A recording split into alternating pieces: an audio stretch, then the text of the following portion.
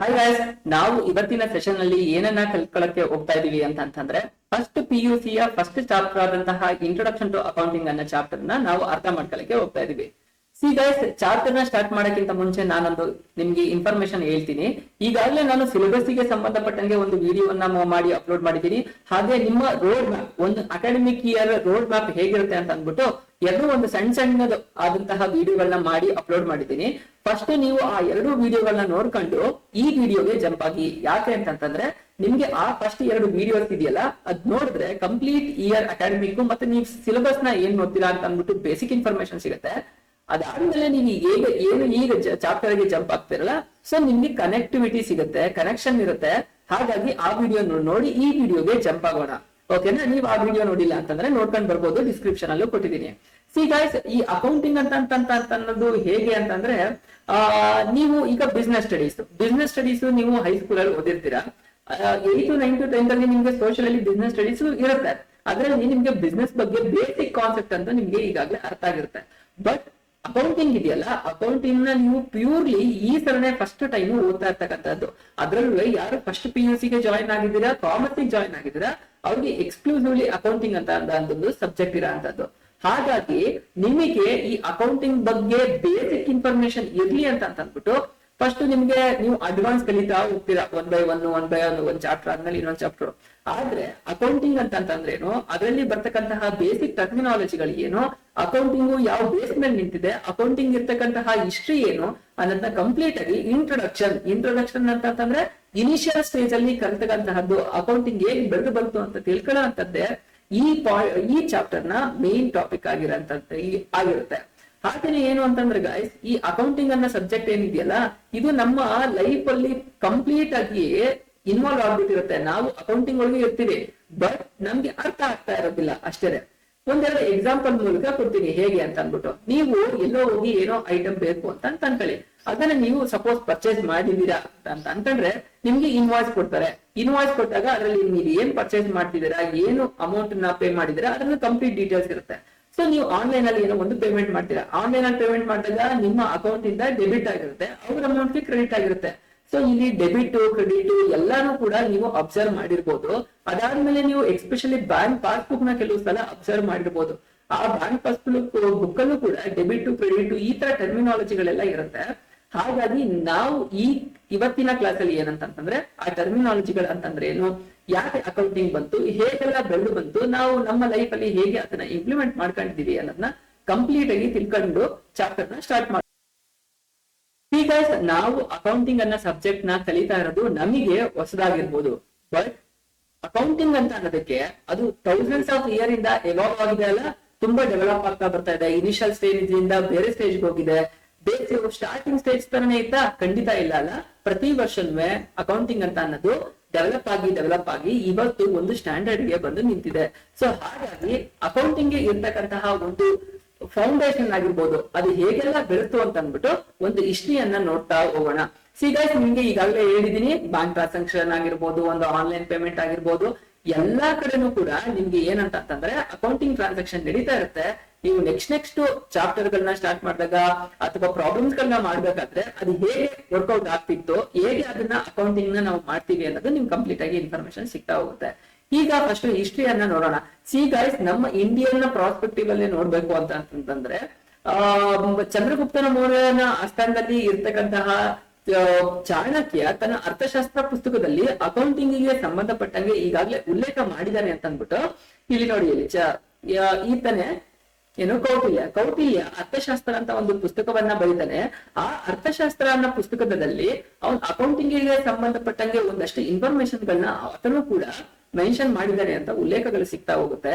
ಅದಾದ್ಮೇಲೆ ಏನಂತಂದ್ರೆ ನಾವು ಇವತ್ತಿನ ಏನು ಮಾಡರ್ನ್ ಅಕೌಂಟಿಂಗ್ ಅಂತ ಏನ್ ಕನ್ಸಿಡರ್ ಮಾಡ್ತೀವಲ್ಲ, ಅದು ಯಾವಾಗ ಸ್ಟಾರ್ಟ್ ಆಯ್ತು ಅಂತಂದ್ರೆ ಓವರ್ ಪೀರಿಯಡ್ ಅಂತಂದ್ರೆ 14 ನೋಡ್ಕೊಳ್ಳಿ. ಇದನ್ನ ಸುಮ್ನೆ ಕೇಳಿಸ್ಕೊಳ್ತಾ ಇರ್ಬೇಡಿ, ಯಾಕಂತಂದ್ರೆ ಕೇಳಿಸ್ಕೊಳ್ತಾ ನಿಮಗೆ ಕೇಳಿ ಮೈಂಡ್ ಅಲ್ಲಿ ಮರ್ತ್ಕೊಳ್ಳೋಂತಹ ಚಾನ್ಸಸ್ ಗಳು ತುಂಬಾ ಜಾಸ್ತಿ ಇರುತ್ತೆ.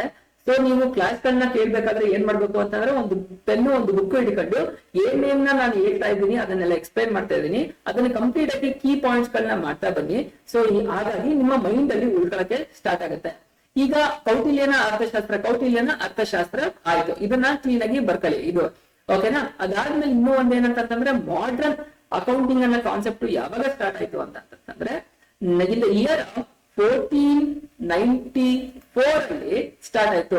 ಅದಕ್ಕಿಂತ ಮುಂಚೆ ಗೈಸ್ ಇನ್ನೂ ಒಂದು ಇಂಪಾರ್ಟೆಂಟ್ ಟಾಪಿಕ್ ನಾನು ಹೇಳಿದೆ ಇನಿಷಿಯಲ್ ಸ್ಟೇಜ್ ಅಲ್ಲಿ ಮತ್ತೆ ನಿಮ್ಗೆ ಈ ಅಕೌಂಟಿಂಗ್ ಇಂಟ್ರೊಡಕ್ಷನ್ ಟು ಅಕೌಂಟಿಂಗ್ ಅನ್ನ ಚಾಪ್ಟರ್ ಇದೆಯಲ್ಲ, ಇದು ನಿಮ್ಗೆ ಎಷ್ಟು ಮಾರ್ಕ್ಸ್ ಗೆ ಎಕ್ಸಾಮ್ ಬರುತ್ತೆ ಅಂತಂದ್ರೆ ಟೋಟಲ್ 4 ಮಾರ್ಕ್ಸ್ ಗೆ ನಿಮ್ಗೆ ಈ ಚಾಪ್ಟರ್ ಇಂದ ನಿಮ್ಗೆ ಬರ್ತಾ ಹೋಗುತ್ತೆ.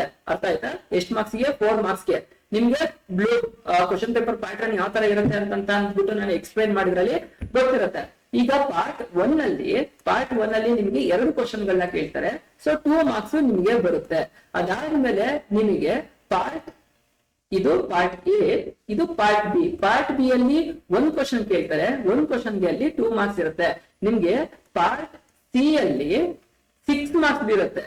ಇದು 6 ಮಾರ್ಕ್ಸ್ ಇರುತ್ತೆ. ಆದ್ರೆ ಯಾವುದೇ ರೀತಿಯಾದಂತಹ ಕ್ವಶನ್ ಗಳನ್ನ ಕೇಳೋದಿಲ್ಲ. ಪಾರ್ಟ್ ಡಿ ಅಲ್ಲಿ ಎಷ್ಟು ಮಾರ್ಕ್ಸ್ ಇಂದ ಇರುತ್ತೆ? 12 ಮಾರ್ಕ್ಸ್ ಕ್ವಶನ್ ಗಳಿರುತ್ತೆ. ಬಟ್ ಇದರಲ್ಲಿ 12 ಮಾರ್ಕ್ಸ್ ಯಾವುದೇ ರೀತಿಯಾದಂತಹ ಕ್ವಶನ್ ಆಗೋದಿಲ್ಲ ನಿಮ್ಗೆ ಎಕ್ಸಾಮ್ಗೆ. ಸೊ ನಿಮ್ಗೆ ಈಗ ಅರ್ಥ ಆಯ್ತು ಈ ಇಂಟ್ರೊಡಕ್ಷನ್ ಅಕೌಂಟಿಂಗ್ ಅನ್ನ ಚಾಪ್ಟರ್ ಇಂದ ಎಷ್ಟು ಮಾರ್ಕ್ಸ್ ಬರುತ್ತೆ, ಯಾವ ಪಾರ್ಟ್ ಅಲ್ಲಿ ಬರುತ್ತೆ ಅಂತ ಅಂದ್ಬಿಟ್ಟು. ಈಗ ಮತ್ತೇನೆ ನಾವು ಹಿಸ್ಟ್ರಿಗೆ ಹೋಗೋಣ. ಇನ್ ದ ಇಯರ್ 1494 ಅಲ್ಲಿ ಬರ್ಕೊಳ್ಳಿ, ನಾನು ಹೆಸರು ಹೇಳ್ತೀನಿ. ಲೂಕಾ LUCA ಪಾಚಿ PACIOLI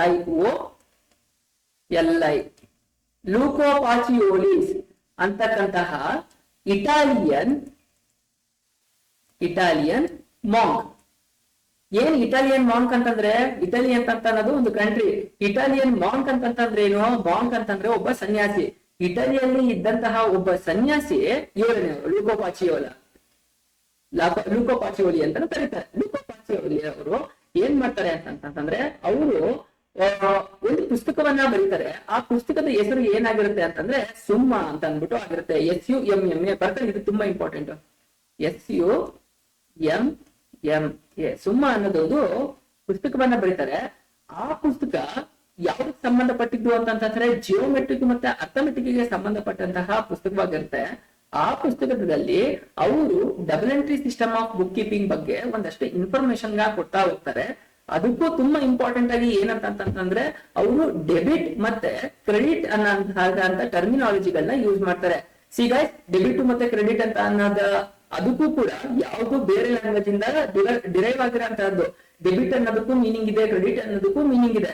ಬಟ್ ಡೆಬಿಟ್ ಮತ್ತೆ ಕ್ರೆಡಿಟ್ ಇಂಡೈರೆಕ್ಟ್ ಮೀನಿಂಗ್ ನಾನು ಜರ್ನಲ್ ಎಂಟ್ರಿ ಮಾಡಿಸ್ಬೇಕಾದ್ರೆ ನಿಮ್ಗೆ ನಾನು ನೀವು ಲೆಡ್ಜರ್ ಅಕೌಂಟ್ ಪೋಸ್ಟ್ ಮಾಡ್ಬೇಕಾದ್ರೆ ನೀವು ಡೆಬಿಟ್ ಕ್ರೆಡಿಟ್ ಬರ್ತೀರಾ, ಆಗ ನಾನು ಕಂಪ್ಲೀಟ್ ಆಗಿ ಎಕ್ಸ್ಪ್ಲೈನ್ ಮಾಡ್ತೀನಿ ನಿಮ್ಗೆ. ಈ ವ್ಯೂ ಪಾಯಿಂಟ್ ಅಲ್ಲಿ, ಹಿಸ್ಟ್ರಿ ವ್ಯೂ ಪಾಯಿಂಟ್ ಅಲ್ಲಿ ನಾನು ಎಷ್ಟು ಬೇಕು ಅದನ್ನ ಹೇಳಿ ಈಗ ಮುಂದಕ್ಕೆ ಹೋಗಿರ್ತೀನಿ. ಸೊ ಲೂಕೋ ಪಾಚಿಯೋಲಾ ಅವರು ಡೆಬಿಟ್ ನ ಮತ್ತೆ ಕ್ರೆಡಿಟ್ ಟ್ರಾನ್ಸಾಕ್ಷನ್ ನ ಡಬಲ್ ಎಂಟ್ರಿ ಸಿಸ್ಟಮ್ ಇರುತ್ತೆ ಒಂದು ಟ್ರಾನ್ಸಾಕ್ಷನ್ ಗೆ ಅಂತ ಅಂದ್ಬಿಟ್ಟು ಹೇಳ್ತಾರೆ. ಸೊ ಒಂದ್ ಕಡೆ ಡೆಬಿಟ್ ಆಯ್ತು ಅಂದ್ರೆ ಇನ್ನೊಂದ್ ಕಡೆ ಕ್ರೆಡಿಟ್ ಆಗಿರುತ್ತೆ, ಇನ್ನೊಂದ್ ಕಡೆ ಕ್ರೆಡಿಟ್ ಆಯ್ತು ಅಂತಂದ್ರೆ ಡೆಬಿಟ್ ಆಗಿರುತ್ತೆ. ಡಬಲ್ ಎಂಟ್ರಿ ಯಾವುದೇ ಒಂದು ಟ್ರಾನ್ಸಾಕ್ಷನ್ ಗೆ ಇದ್ದೇ ಇರುತ್ತೆ ಅಂತ ಅಂದ್ಬಿಟ್ಟು ಅವರು ಎಕ್ಸ್ಪ್ಲೈನ್ ಮಾಡ್ತಾರೆ. ಯಾವ ಪುಸ್ತಕದಲ್ಲಿ? ಸುಮ್ಮ ಅನ್ನೋ ಒಂದು ಪುಸ್ತಕದಲ್ಲಿ ಅವರು ಎಕ್ಸ್ಪ್ಲೈನ್ ಮಾಡ್ತಾರೆ. ಅದು ಓವರ್ ಎ ಪೀರಿಯಡ್ ಡೆವಲಪ್ ಆಗಿ ಇವತ್ತು ನಾವು ಅಡ್ವಾನ್ಸ್ ಅಕೌಂಟಿಂಗ್ ಅಲ್ಲಿ ನಾವು ಬಂದು ನಿಂತಿದೀವಿ. ಅರ್ಥ ಆಯ್ತಾ? ಯಾರು? ಲೂಕಾ ಪಾಚಿಯೋಲಿ, LUCA ಲೂಕಾ, PACIOLI ಲೂಕೋ ಪಾಚಿಯೋಲಿಸ್ ಅನ್ನೋರು ಇಟಾಲಿಯನ್ ಮಾರ್ಕ್ ಆಗಿರ್ತಾರೆ. ಅವರು ಇದನ್ನ ಮಾಡಿದ್ರು ಅಂತ ಅಂದ್ಬಿಟ್ಟು ನಿಮ್ಗೆ ಇನ್ಫಾರ್ಮೇಶನ್ ಸಿಕ್ತು ಅಂತ ನಾನು ಅನ್ಕೊಳ್ತೀನಿ. ಸಿ ಗೈಸ್, ಇದು ವರ್ಲ್ಡ್ ವೈಡ್ ಅಲ್ಲಿ ಹೇಗಾಯ್ತು ಅನ್ನೋದು ನಿಮ್ಗೆ ಇನ್ಫಾರ್ಮೇಶನ್ ಸಿಕ್ತು. ಸಿ ಗೈಸ್, ಏನಾಗುತ್ತೆ ಅಂತಂದ್ರೆ ಹಾಗಾಗಿ ಅವ್ರು double entry system of book keeping ನ ಕೊಟ್ಟಿದ್ದಕ್ಕೆ ನಾವು ಲೂಕೋ ಪಾಚಿಯೋಲಿ ಅವ್ರನ್ನ ಏನಂತ ಕರಿತೀವಿ ಅಂತಂದ್ರೆ ಫಾದರ್ ಆಫ್, ಬರ್ಕಲಿ ತುಂಬಾ ಇಂಪಾರ್ಟೆಂಟ್, ಫಾದರ್ ಆಫ್ ಅಕೌಂಟಿಂಗ್. ಅವ್ರನ್ನ ಫಾದರ್ ಆಫ್ ಅಕೌಂಟಿಂಗ್ ಅಂತ ಅಂದ್ಬಿಟ್ಟು ನಾವು ಕನ್ಸಿಡರ್ ಮಾಡ್ದು. ಇವ್ರನ್ನ ವರ್ಲ್ಡ್ ಅಲ್ಲಿ ಫಾದರ್ ಆಫ್ ಅಕೌಂಟಿಂಗ್ ಅಂತ consider ಮಾಡ್ದು.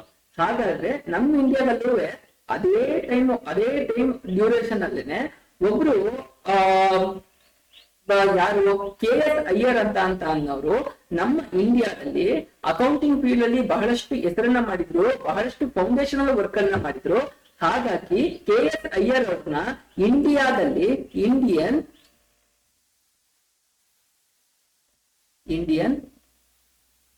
Father of Indian accounting ಅಂತ ಅಂದ್ಬಿಟ್ಟು ಅವ್ರನ್ನ ಕನ್ಸಿಡರ್ ಮಾಡ್ತಾರೆ. ಯಾರನ್ನ? KS ಅಯ್ಯರ್ ಅಂತ ಅನ್ನೋರ್ನ ಫಾದರ್ ಆಫ್ ಇಂಡಿಯನ್ ಅಕೌಂಟಿಂಗ್ ಅಂತ ಅಂದ್ಬಿಟ್ಟು ಅವ್ರನ್ನ ಕನ್ಸಿಡರ್ ಮಾಡಲಾಗ್ತದೆ.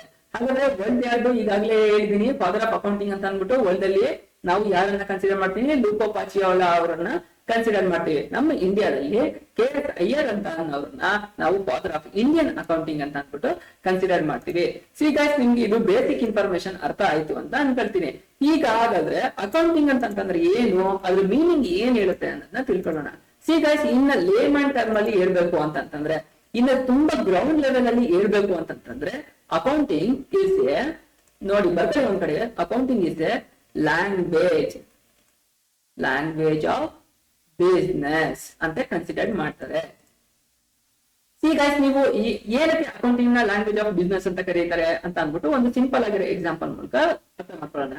ಸಿ ಗೈಸ್, ನೀವು ಕರ್ನಾಟಕದಲ್ಲಿ ಇರ್ತೀರಾ, ನೀವು ನಿಮ್ಮ ಫೀಲಿಂಗ್ಸ್ ನ ಎಕ್ಸ್ಪ್ರೆಸ್ ಮಾಡುವಂತಹದ್ದು ಯಾವ ಲ್ಯಾಂಗ್ವೇಜ್ ಅಲ್ಲಿ ಆಗಿರುತ್ತೆ? ಫೀಲಿಂಗ್ಸ್ ನ ಎಕ್ಸ್ಪ್ರೆಸ್ ಮಾಡೋದು ನಾವು ಕಣ್ಣಲ್ಲೂ ಹೇಳ್ಬೋದು, ಕಿವಿ ಏನು ಆಕ್ಟ್ ಮಾಡು ನಾವು ತೋರಿಸ್ಬೋದು. ಬಟ್ ನಾವು ಏನ್ನ ಎಕ್ಸ್ಪ್ರೆಸ್ ಮಾಡ್ಬೇಕು ನಮ್ಮ ಫೀಲಿಂಗ್ಸ್ ನ ಅನ್ನೋದಿದೆ, ಅದು ಕಂಪ್ಲೀಟ್ ಆಗಿ ಮತ್ತೊಬ್ಬರಿಗೆ ಅರ್ಥ ಆಗ್ಬೇಕು ಅಂತಂದ್ರೆ ನಾವು ಮಾತಾಡಿ ಎಕ್ಸ್ಪ್ರೆಸ್ ಮಾಡಿದಾಗ ಮಾತ್ರ ಸಾಧ್ಯ ಅಲ್ಲ. ಸೊ ಹಾಗಾಗಿ ಏನೇ ಒಂದು ಎಕ್ಸ್ಪ್ಲೈನ್ ಮಾಡ್ತೀನಿ ಅಂತಂದ್ರು ಅದಕ್ಕೆ ಏನ್ ಮ್ಯಾಟರ್ ಆಗುತ್ತೆ? ಲ್ಯಾಂಗ್ವೇಜ್ ತುಂಬಾ ಮ್ಯಾಟರ್ ಆಗುತ್ತೆ. ಸೊ ನಾವು ಕರ್ನಾಟಕದಲ್ಲಿ ಇದೀವಿ, ಕನ್ನಡವನ್ನ ಮಾತಾಡ್ತೀವಿ. ಮಹಾರಾಷ್ಟ್ರದಲ್ಲಿ ಇದೀವಿ ಅಂತಂದ್ರೆ ಮರಾಠಿಲಿ ನಾವು ಎಕ್ಸ್ಪರ್ಟ್ ಮಾಡ್ತಿದ್ದೋ. ಅದೇ ತೆಲಂಗಾಣದಲ್ಲೋ ಆಂಧ್ರ ಪ್ರದೇಶಲ್ಲೋ ಇದ್ದು ನಾವು ತೆಲುಗುಲಿ ಮಾತಾಡ್ತಾ ಇದ್ದೋ. ನಾವು ಕೇರಳದಲ್ಲಿ ಇದ್ರೆ ಮಲಯಾಳಂ ಮಾತಾಡ್ತಿದ್ದೋ, ತಮಿಳ್ನಾಡಲ್ಲಿ ಇದ್ರೆ ತಮಿಳ್ ಮಾತಾಡ್ತಿದ್ದೋ. ಸೊ ಹಾಗೆ ಅಕೌಂಟಿಂಗ್ ಅಂತಂದ್ರೆ ಬಿಸ್ನೆಸ್ ಅಲ್ಲಿ ಇರ್ತಕ್ಕಂತಹ ಟ್ರಾನ್ಸಾಕ್ಷನ್ ಗಳನ್ನ ಎಕ್ಸ್ಪ್ರೆಸ್ ಮಾಡ್ತಕ್ಕಂತಹ ಲ್ಯಾಂಗ್ವೇಜ್ ಅಕೌಂಟಿಂಗ್ ಆಗಿರುತ್ತೆ ಅನ್ನೋದು ಬೇಸಿಕ್ ಇನ್ಫಾರ್ಮೇಶನ್ ಆಗಿರುತ್ತೆ. Accounting is a language of business ಅನ್ನೋದು ನಿಮ್ಮ ಮೈಂಡ್ ಸೆಟ್ ಅಲ್ಲಿ ಇರ್ಲಿ. 1 ಮಾರ್ಕ್ಸ್ ಗೆ ಅವ್ರು ಏನಾದ್ರು ಕ್ವಶನ್ ಕೇಳಿದ್ರೆ what you mean by accounting ಅಂತ ಅಂದ್ಬಿಟ್ಟು accounting is a language of business ಅಂತ ಅಂದ್ರೆ 1 ಮಾರ್ಕ್ಸ್ ನಿಮ್ದಾಗಿರುತ್ತೆ. ಸಿ ಗೈಸ್, ಹಾಗಾದ್ರೆ accounting is a language of business ಅಂತ ಹೇಳ್ಬಿಟ್ರೆ ಮುಗ್ದೋಗ್ಬಿಡ್ತಾ? ಅದಕ್ಕೆ ತುಂಬಾ ಇನ್ಫಾರ್ಮೇಶನ್ ಗಳು ಇದೆ ಅಲ್ಲ. ಸೊ ಅದು ಏನ್ ಹೇಳುತ್ತೆ ಇನ್ಡೆಪ್ತ್ ಆಗಿ ಅನ್ನೋದನ್ನ ಕಂಪ್ಲೀಟ್ ಆಗಿ ನಾವು ನೋಡ್ತಾ ಹೋಗೋಣ. ಸಿ ಗೈಸ್, ಇಲ್ಲಿ ಹೇಳ್ತಾ ಇದ್ದಾರೆ ನೋಡಿ, accounting is A set of words involving identifying, measuring, recording, classifying, summarizing, analyzing, interpreting, and communicating the result of a business activity and financial position of the concern ಅಂತ ಹೇಳ್ತಾ ಇದ್ದಾರೆ. ಅಂದ್ರೆ ಏನ್ ಅರ್ಥ? ಒಂದು ಬಿಸ್ನೆಸ್ ಆರ್ಗನೈಸೇಷನ್ ಅಲ್ಲಿ ಇರ್ತಕ್ಕಂತಹ ಬಿಸ್ನೆಸ್ ಆಕ್ಟಿವಿಟಿ ನಡೆದಾದ್ಮೇಲೆ ಅದು ಫೈನಾನ್ಷಿಯಲ್ ಪೊಸಿಷನ್ ಹೇಗಿದೆ ಅಂತ ಹೇಳ್ತಕ್ಕಂಥದ್ನೇ ಅಕೌಂಟಿಂಗ್ ಅಂತ ಹೇಳ್ತಾ ಇದ್ದಾರೆ ಅಂತ. ಇಲ್ಲಿ ಬೇರೆ ಬೇರೆ ಸಣ್ಣ ಟರ್ಮಿನಾಲಜಿಗಳಿದೆ, ಅದು ತುಂಬಾ ಮ್ಯಾಟರ್ ಆಗುತ್ತೆ. ನಿಮ್ಮ ಅದು ಹೇಗೆ ಅಂತಂದ್ರೆ ನೀವು ಫೌಂಡೇಶನ್ ಅಲ್ಲಿ ಅದು ತಿಳ್ಕೊಂಡು ಅಂತಂದ್ರೆ ನೀವು ಲಾಂಗ್ ಜರ್ನಿಲಿ ಅದ್ರದ್ದು ಸಣ್ಣ ಮೀನಿಂಗ್ ಗಳಿಲ್ಲ. ಈಗ ಐಡೆಂಟಿಫೈಯಿಂಗ್ ಅಂತ ಅಂತಂದ್ರೆ ಏನು, ಮೆಜರಿಂಗ್ ಅಂತಂದ್ರೆ ಏನು, ರೆಕಾರ್ಡಿಂಗ್ ಅನ್ನೋದು ಸಣ್ಣದ ಮೀನಿಂಗ್ ಆಗಿರ್ಬೋದು. ಬಟ್ ಅದನ್ನ ತಿಳ್ಕೊಂಡ್ರಿ ಅಂತಂದ್ರೆ ನಿಮ್ಗೆ ತುಂಬಾ ಅನುಕೂಲ ಆಗುತ್ತೆ, ತುಂಬಾ ಈಸಿಯಾಗಿ ಅರ್ಥ ಆಗುತ್ತಾ ಹೋಗುತ್ತೆ. ಏನ್ ಐಡೆಂಟಿಫೈಯಿಂಗ್ ಅಂತ ಅಂತಂದ್ರೆ, ಐಡೆಂಟಿಫೈಯಿಂಗ್ ನ ಕನ್ನಡದಲ್ಲಿ ಏನಂತಾರೆ? ಗುರುತಿಸುವಿಕೆ. ಬರ್ಕೊಳ್ಳಿ, ಗುರುತಿಸುವಿಕೆ. ಏನನ್ನ ಗುರುತಿಸುತ್ತೆ? ಈಗ ಬಿಸ್ನೆಸ್ ಅಲ್ಲಿ ತುಂಬಾ ರೀತಿಯಾದಂತಹ ಟ್ರಾನ್ಸಾಕ್ಷನ್ ಗಳು, ಈವೆಂಟ್ಸ್ ಗಳು ನಡೀತಾ ಇರುತ್ತೆ. ಅವೆಲ್ಲ ಯಾರೋ ಒಬ್ರನ್ನ ಹೊಸದಾಗಿ ಅಪಾಯಿಂಟ್ ಮಾಡ್ತಾರೆ, ಯಾರೋ ಒಬ್ರು ಬಿಟ್ಟು ಹೋಗ್ತಾರೆ ಕೆಲಸನ, ಯಾವ್ದೋ ಒಂದು ಮಿಷನರಿಗಳನ್ನ ನಮ್ಗೆ ಎಕ್ವಿಪ್ಮೆಂಟ್ಸ್ ಗಳು ಬೇಕಾಗುತ್ತೆ, ಅದನ್ನ ತಗೊಳ್ತೀವಿ. ಯಾವ್ದೋ ಒಂದು ಲ್ಯಾಂಡ್ ಬೇಕಾಗುತ್ತೆ, ಒಂದು ಗೋಡೌನ್ ಕಟ್ಟಬೇಕಾಗುತ್ತೆ. ಸೊ ಹೀಗೆ ಬಹಳಷ್ಟು ಆಕ್ಟಿವಿಟಿಗಳು, ಪರ್ಚೇಸ್ ಆಕ್ಟಿವಿಟಿಗಳು ನಡೀತಾ ಇರುತ್ತೆ, ಸೇಲ್ ಆಕ್ಟಿವಿಟಿ ನಡೀತಾ ಇರುತ್ತೆ, ಬ್ಯಾಂಕ್ ಟ್ರಾನ್ಸಾಕ್ಷನ್ ಗಳು ಆಗ್ತಾ ಇರುತ್ತೆ. ಸೊ ಈ ತರದ್ದು ಆಕ್ಟಿವಿಟಿಲಿ ನಾವು ಅಕೌಂಟಿಂಗ್ ಅಲ್ಲಿ ಐಡೆಂಟಿಫೈ ಮಾಡುತ್ತೆ. ಅಂದ್ರೆ ಬಿಸ್ನೆಸ್ ಅಲ್ಲಿ ಏನೇನ್ ಟ್ರಾನ್ಸಾಕ್ಷನ್ ಆಗ್ತಿದೆ ಅಂತ ಅಂದ್ಬಿಟ್ಟು ಅದು ಐಡೆಂಟಿಫೈ ಮಾಡುತ್ತೆ. ಐಡೆಂಟಿಫೈ ಮಾಡಿ ಏನ್ ಮಾಡುತ್ತೆ? ಈಗ ಯಾರೋ ಒಬ್ರು ಒಂದು ಪಾಲಿಸಿ ಚೇಂಜ್ ಆಯ್ತು ಬಿಸ್ನೆಸ್ ಅಲ್ಲಿ, ಯಾರೋ ಒಬ್ರು ಮ್ಯಾನೇಜ್ಮೆಂಟ್ ಚೇಂಜ್ ಆದ್ರು ಅಂತ ಅಂದ್ಬಿಟ್ಟು ಬಿಸ್ನೆಸ್ ಅಲ್ಲಿ ಯಾವ್ದೋ ಒಂದು ಪಾಲಿಸಿ ಚೇಂಜ್ ಆಯ್ತು ಅಂತ ಅಂದ್ಬಿಟ್ಟು ನಾವು ಬಿಸ್ನೆಸ್ ಅಲ್ಲಿ ಯಾರ್ಯಾರು ಆ ಪಾಲಿಸಿಗಳು ಚೇಂಜ್ ಆಯ್ತು ಅಂತ ಅಂದ್ಬಿಟ್ಟು ಅಕೌಂಟಿಂಗ್ ಅಲ್ಲಿ ನಾವು ತಿಳಿಸೋದಿಲ್ಲ. ಬ್ಯಾಲೆನ್ಸ್ ಶೀಟ್ ಅಲ್ಲಿ, P&L ಆಗಲಿ, ಜರ್ನಲ್ ಎಂಟ್ರಿ ಆಗಲಿ, ಯಾರೋ ಹೊಸಬ್ರು ಮ್ಯಾನೇಜರ್ ಜಾಯ್ನ್ ಆದ್ರು ಅಂತಾನೆ ಆಗಿರ್ಲಿ, ಅಥವಾ ಪಾಲಿಸಿ ಚೇಂಜ್ ಆಯ್ತು ಅಂತ ಅಂದ್ಬಿಟ್ಟು ನಾವು ಅದನ್ನ ತೋರ್ಸೋದಿಲ್ಲ. ಬಟ್ ನಾವು ಯಾವ್ದನ್ನ ತೋರಿಸ್ತೀವಿ ಅಂತಂದ್ರೆ ಟ್ರಾನ್ಸಾಕ್ಷನ್ಗಳನ್ನ ಮಾತ್ರ ನಾವು ಡಿಸ್ಪ್ಲೇ ಮಾಡ್ತಾ ಹೋಗ್ತೀವಿ. ಸೊ ಅದಕ್ಕೋಸ್ಕರ ಇದು ಏನ್ ಹೇಳ್ತಾ ಇದೆ? ಅಕೌಂಟಿಂಗ್ ಅನ್ನೋದು ಐಡೆಂಟಿಫೈ ಮಾಡುತ್ತೆ, ಬಿಸ್ನೆಸ್ ಅಲ್ಲಿ ಏನೇನ್ ಆಕ್ಟಿವಿಟಿಗಳು ನಡೆಯುತ್ತೆ ಅನ್ನೋದನ್ನ ಅದು ಗುರುತಿಸುತ್ತೆ ಅಂತ ಹೇಳ್ತಾ ಇದಾರೆ. ನಿಮ್ಗೆ ಅರ್ಥ ಆಯ್ತು ಅಂತ ಅನ್ಕೊಳ್ತೀನಿ ಐಡೆಂಟಿಫೈ ಅಂತಂದ್ರೆ ಏನು ಅಂತ. ಹಾಗಾದ್ರೆ ಮೆಜರಿಂಗ್ ಅಂತಂದ್ರೆ ಏನು? ಮೆಜರಿಂಗ್ ಅಂತಂದ್ರೆ ಅಳತೆಯನ್ನ ಮಾಡುತ್ತೆ. ಏನ್ ಅಳತೆಯನ್ನ ಮಾಡುತ್ತೆ ಅದು? ಈಗ ಫಾರ್ ಎಕ್ಸಾಂಪಲ್ ನೀವು ಮನೆಗೆ ಪ್ರತಿದಿನನು ಆಳ್ತಾ ಬರ್ಬೇಕು ಅಂತ ಅನ್ಕೊಂಡಿರಿ. ನೀವು ಮನೆಗೆ ಒಂದು ಆಳ್ತಾ ಬರ್ತೀರಾ ಅಂತಂದ್ರೆ ಸುಮ್ನೆ ಎಷ್ಟೋ ಹೋಗ್ಬಿಟ್ಟು ಎಷ್ಟೋ ಹಾಲ್ ಕೊಡಿ ಅಂತಂದ್ರೆ ಕೊಡ್ತಾರ? ನಿಮ್ಗೆ ಗೊತ್ತಿರುತ್ತೆ ನಿಮ್ ಮನೇಲಿ ಪ್ರತಿದಿನಕ್ಕೆ ಎಷ್ಟು ಡಿಮ್ಯಾಂಡ್ ಇರುತ್ತೆ, ನೀವು ಮನೇಲಿ ಕನ್ಸಂಪ್ಷನ್ ನ ಎಷ್ಟು ಮಾಡ್ತೀರಾ. ಈಗ ಕೆಲವ್ರ ಮನೇಲಿ 1/2 ಲೀಟರ್ ಬೇಕಾಗುತ್ತೆ, ಕೆಲವ್ರ ಮನೇಲಿ 1 ಲೀಟರ್ ಬೇಕಾಗುತ್ತೆ, ಇನ್ನು ಕೆಲವ್ರ ಮನೇಲಿ ತುಂಬಾ ಜಾಸ್ತಿ ಬೇಕಾಗುತ್ತೆ, ಹೋಟೆಲ್ಗೆ ತುಂಬಾ ಜಾಸ್ತಿ ಆಗುತ್ತೆ. ಇದು ಡಿಪೆಂಡಿಂಗ್ ಅಪಾನ್ ದ ಬೇರೆ ಬೇರೆ ಸಿಚುವೇಶನ್ ಗಳಲ್ಲಿ ಆಗ್ತಕ್ಕಂಥದ್ದು. ಅಂದ್ರೆ ಅಳತೆ ಪ್ರಮಾಣದಲ್ಲಿ ಅಕೌಂಟಿಂಗ್ ಅಂತ ಅನ್ನೋದು ಹೇಳುತ್ತೆ. ಅದು ಈಗ ಸಪೋಸ್ ಇದು ಲೀಟರ್ಸ್ ಅಲ್ಲಿ ಆಗಿರ್ಬೋದು, ಕಿಲೋಸ್ ಅಲ್ಲಿ ಆಗಿರ್ಬೋದು.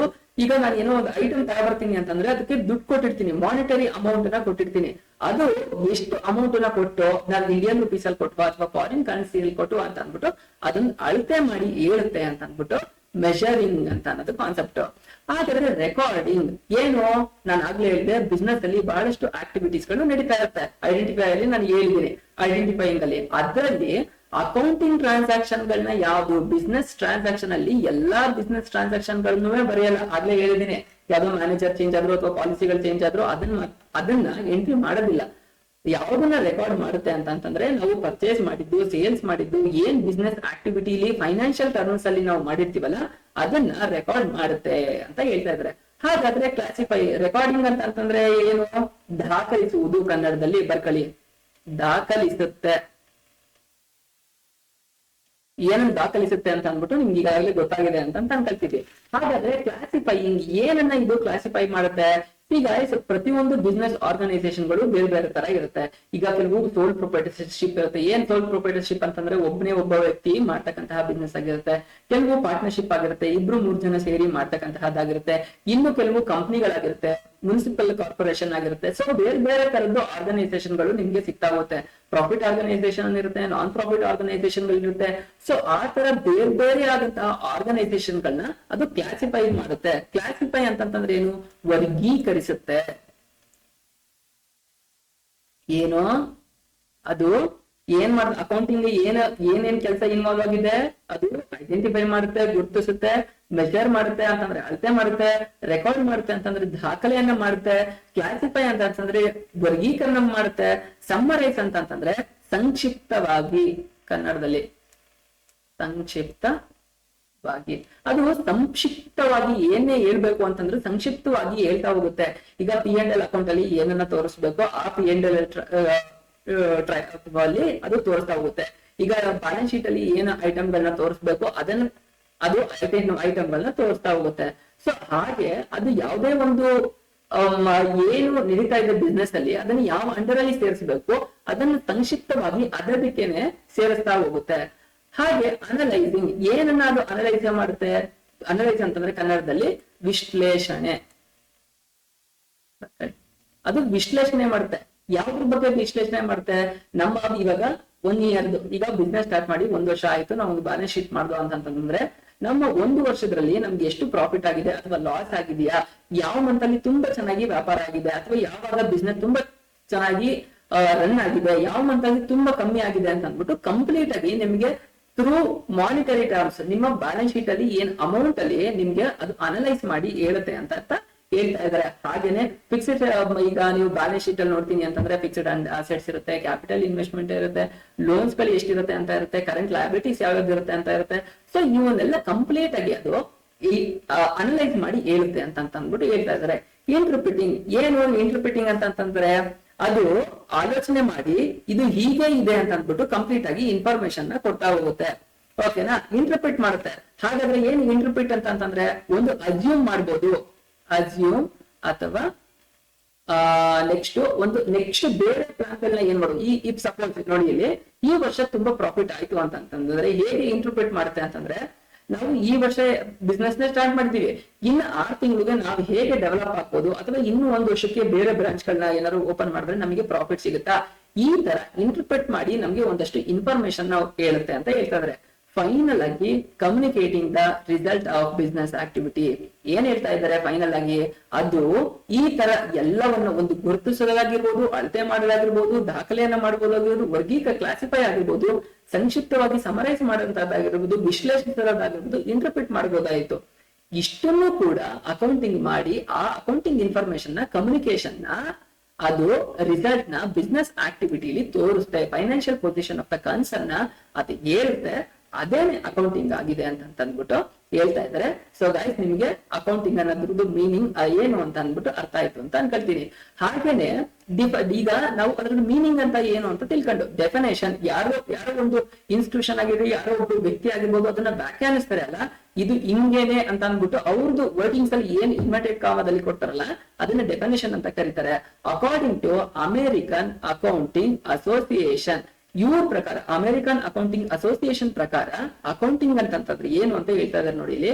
Accounting is the process of identifying, measuring, communicating economic information to the permit informed judgement and decision by user of the information. ಏನ್ ಹೇಳ್ತಾ ಇದಾರೆ, ಯೂಸರ್ ಆಫ್ ದ ಇನ್ಫಾರ್ಮೇಶನ್ ಏನಿದೆಯಲ್ಲ, ಈಗ ನಾನು ಬಿಸ್ನೆಸ್ ಓನರ್ ಅಥವಾ ನಾನು ಒಂದು ಎಂಪ್ಲಾಯ್ ಆಗಿದ್ದೀನಿ ಅಂತ ಅಂದ್ಬಿಟ್ಟು, ಅಥವಾ ಗೌರ್ಮೆಂಟ್ ಏಜೆನ್ಸಿಗಳು ಯಾವ್ದೋ ಆಗಿರ್ಬೋದು ಅಂತ ಅಂದ್ಬಿಟ್ಟು, ಈಗ GST ಆಗಿರ್ಬೋದು, ಇನ್ಕಮ್ ಟ್ಯಾಕ್ಸ್ ಡಿಪಾರ್ಟ್ಮೆಂಟ್ ಆಗಿರ್ಬೋದು, ಅಥವಾ ಮತ್ತೊಂದು ಯಾವ್ದೇ ಆಗಿರ್ಬೋದು, ಅದಕ್ಕೆ ಟ್ಯಾಕ್ಸ್ ಅನ್ನ ಅವ್ರಂತೂ ಪೇ ಮಾಡ್ತಾರೆ ಅಲ್ಲ, ಆ ಟ್ಯಾಕ್ಸ್ ಅನ್ನ ಪೇ ಮಾಡ್ಬೇಕಂದ್ರೆ ಅವರು ಇನ್ಫಾರ್ಮೇಶನ್ ನ ಕೊಡ್ತಾರೆ. ಅಂತಂದ್ರೆ ಬ್ಯಾಲೆನ್ಸ್ ಶೀಟ್ ಎಲ್ಲ ಮಾಡ್ತಾರಲ್ಲ, ರಿಪೋರ್ಟ್ ಕೊಡ್ತದೆ. ಯೂಸರ್ಗೆ ಬೇಕಾದಂತಹ ಮಾಹಿತಿಯನ್ನ ಕೊಡ್ತಕ್ಕಂಥದ್ದು accounting is A process of, ಆಗ್ಲೇ ಹೇಳಿದ್ದೀನಿ, ಅಕೌಂಟಿಂಗ್ ಅಂತ ಅನ್ನೋದು ಏನು, ಐಡೆಂಟಿಫೈ ಮಾಡುತ್ತೆ, ಮೆಷರ್ ಮಾಡುತ್ತೆ, communicating the economic information to permit the informed judgement ಇದೆ, ನಮ್ಮ ಫೈನಾನ್ಷಿಯಲ್ ಪೊಸಿಷನ್ ಈ ತರ ಇದೆ ಅಂತ ಅಂದ್ಬಿಟ್ಟು ಯಾವ ಯೂಸರ್ಗೆ ಇದೆಯಲ್ಲ ಆ ಮಾಹಿತಿಯನ್ನ ಕೊಡೋ ಅಂತಹದ್ದನ್ನೇ ಅಕೌಂಟಿಂಗ್ ಅಂತ ಹೇಳುತ್ತೆ ಅಂತ ಅಂದ್ಬಿಟ್ಟು ಯಾರು ಹೇಳ್ತಾ ಇದಾರೆ, ಅಮೆರಿಕನ್ ಅಕೌಂಟಿಂಗ್ ಅಸೋಸಿಯೇಷನ್ ಹೇಳುತ್ತೆ ಅಂತ ಅಂದ್ಬಿಟ್ಟು ಹೇಳ್ತಾ ಇದಾರೆ. ಸೊ ಗೈಸ್, ನಿಮ್ಗೆ ಮೀನಿಂಗ್ ಮತ್ತೆ ಡೆಫಿನೇಷನ್ ಅಕೌಂಟಿಂಗ್ ಅಂತಂದ್ರೆ ಏನು ಅನ್ನೋದು ಗೊತ್ತಾಯ್ತು. ಹಾಗಾದ್ರೆ ನೆಕ್ಸ್ಟ್ ಕೆಲವು ಸಣ್ಣ ಟಾಪಿಕ್ ಗಳು ಬರ್ತಾ ಹೋಗುತ್ತೆ, ಅದ್ ಏನು ಅಂತ ಅಂದ್ಬಿಟ್ಟು ನೋಡೋಣ. ಎಕನಾಮಿಕ್ ಈವೆಂಟ್ ಏನು, ಎಕನಾಮಿಕ್ ಈವೆಂಟ್ ಅಂತಂದ್ರೆ ಆಗ್ಲೇ ಹೇಳಿದೀನಿ, ಬಿಸ್ನೆಸ್ ಅಲ್ಲಿ ಬಹಳಷ್ಟು ಟ್ರಾನ್ಸಾಕ್ಷನ್ ಗಳು ನಡೀತಾ ಇರುತ್ತೆ. ಆ ಟ್ರಾನ್ಸಾಕ್ಷನ್ ಯಾವಾಗಿರ್ಬೋದು, ಪರ್ಚೇಸಿಂಗ್ ಸಂಬಂಧಪಟ್ಟಂಗೆ, ಸೇಲ್ಸಿಗೆ ಸಂಬಂಧಪಟ್ಟಂಗೆ ಆಗಿರುತ್ತೆ. ಬೇರೆ ಬೇರೆ ಟೈಮಲ್ಲಿ ಬೇರೆ ಬೇರೆ ತರದ ರಿಕ್ವೈರ್ಮೆಂಟ್ ಇರುತ್ತೆ, ಅದನ್ನ ತರಿಸ್ಕೊಳ್ತಾ ಹೋಗ್ತಾರೆ ಅಂತ ಅಂದ್ಬಿಟ್ಟು ಇಲ್ಲಿ ಏನ್ ಮಾಡುತ್ತೆ, ಎಕನಾಮಿಕ್ ಈವೆಂಟ್ ಅಂತಂದ್ರೆ ಬಿಸ್ನೆಸ್ ಅಲ್ಲಿ ನಡೀತಕ್ಕಂತಹ ಆಕ್ಟಿವಿಟೀಸ್ ಆಗಿರ್ಬೋದು. ಯಾವ್ಯಾವ ಆಕ್ಟಿವಿಟೀಸ್ ನ ಬಿಸ್ನೆಸ್ ಅಲ್ಲಿ ನಡೀತಾ ಇರುತ್ತೆ, ಒಂದು ಪರ್ಚೇಸ್ ಅಂತ ಅಂದ್ರೆ ನಮಗೆ ಬೇಕಾದಂತಹ ಐಟಮ್ ಗಳನ್ನ ಕೊಂಡು ತಗೊಬರ ಅಂತದ್ದು. ಸೇಲ್ಸ್ ಅಂತಂದ್ರೆ ವ್ಯಾಪಾರ ಮಾಡ್ತಕ್ಕಂತಹದ್ದು. ಕಸ್ಟಮರ್ ಸರ್ವಿಸ್, ಕಸ್ಟಮರ್ಗೆ ಏನೋ ರಿಕ್ವೈರ್ಮೆಂಟ್ ಇರುತ್ತೆ, ಆ ರಿಕ್ವೈರ್ಮೆಂಟ್ ಗೆ ತಕ್ಕನಾದಂತಹ ಅಥವಾ ಸೂಟಬಲ್ ಆಗ್ತಕ್ಕಂತಹ ಪ್ರಾಡಕ್ಟ್ ಅನ್ನ ಅವ್ರು ಕೇಳೋಂಥದ್ದು ಅಥವಾ ಅವ್ರ ಒಪಿನಿಯನ್ ತಕ್ಕಂತಹದ್ದು.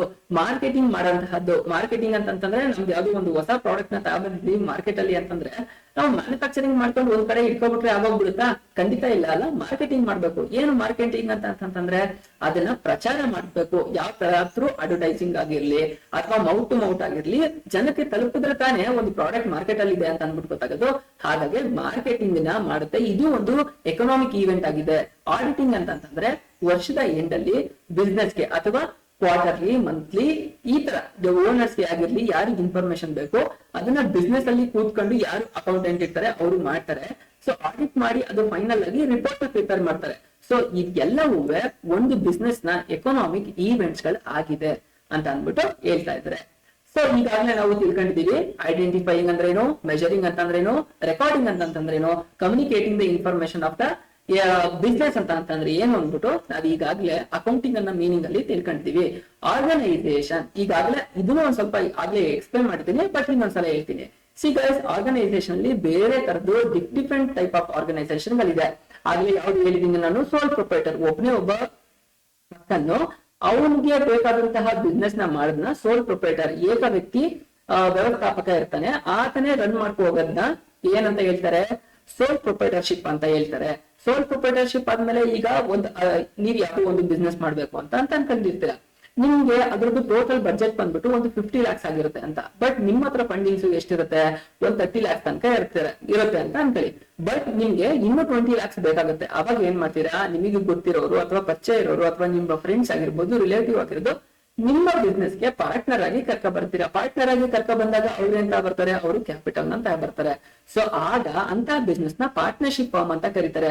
ಹಾಗಾಗಿ ಆರ್ಗನೈಸೇಷನ್ ಅಲ್ಲಿ ಬೇರೆ ಬೇರೆ ತರದ ಆರ್ಗನೈಸೇಷನ್ ಗಳಿರುತ್ತೆ. ಇಲ್ಲಿ ನೋಡಿ, ಇಲ್ಲಿ ಸೋಲ್ ಪ್ರೊಪ್ರೈಟರ್ಶಿಪ್, ಒಬ್ಬನೇ ಒಬ್ಬ ಮಾಡ್ತಕ್ಕಂಥದ್ದು.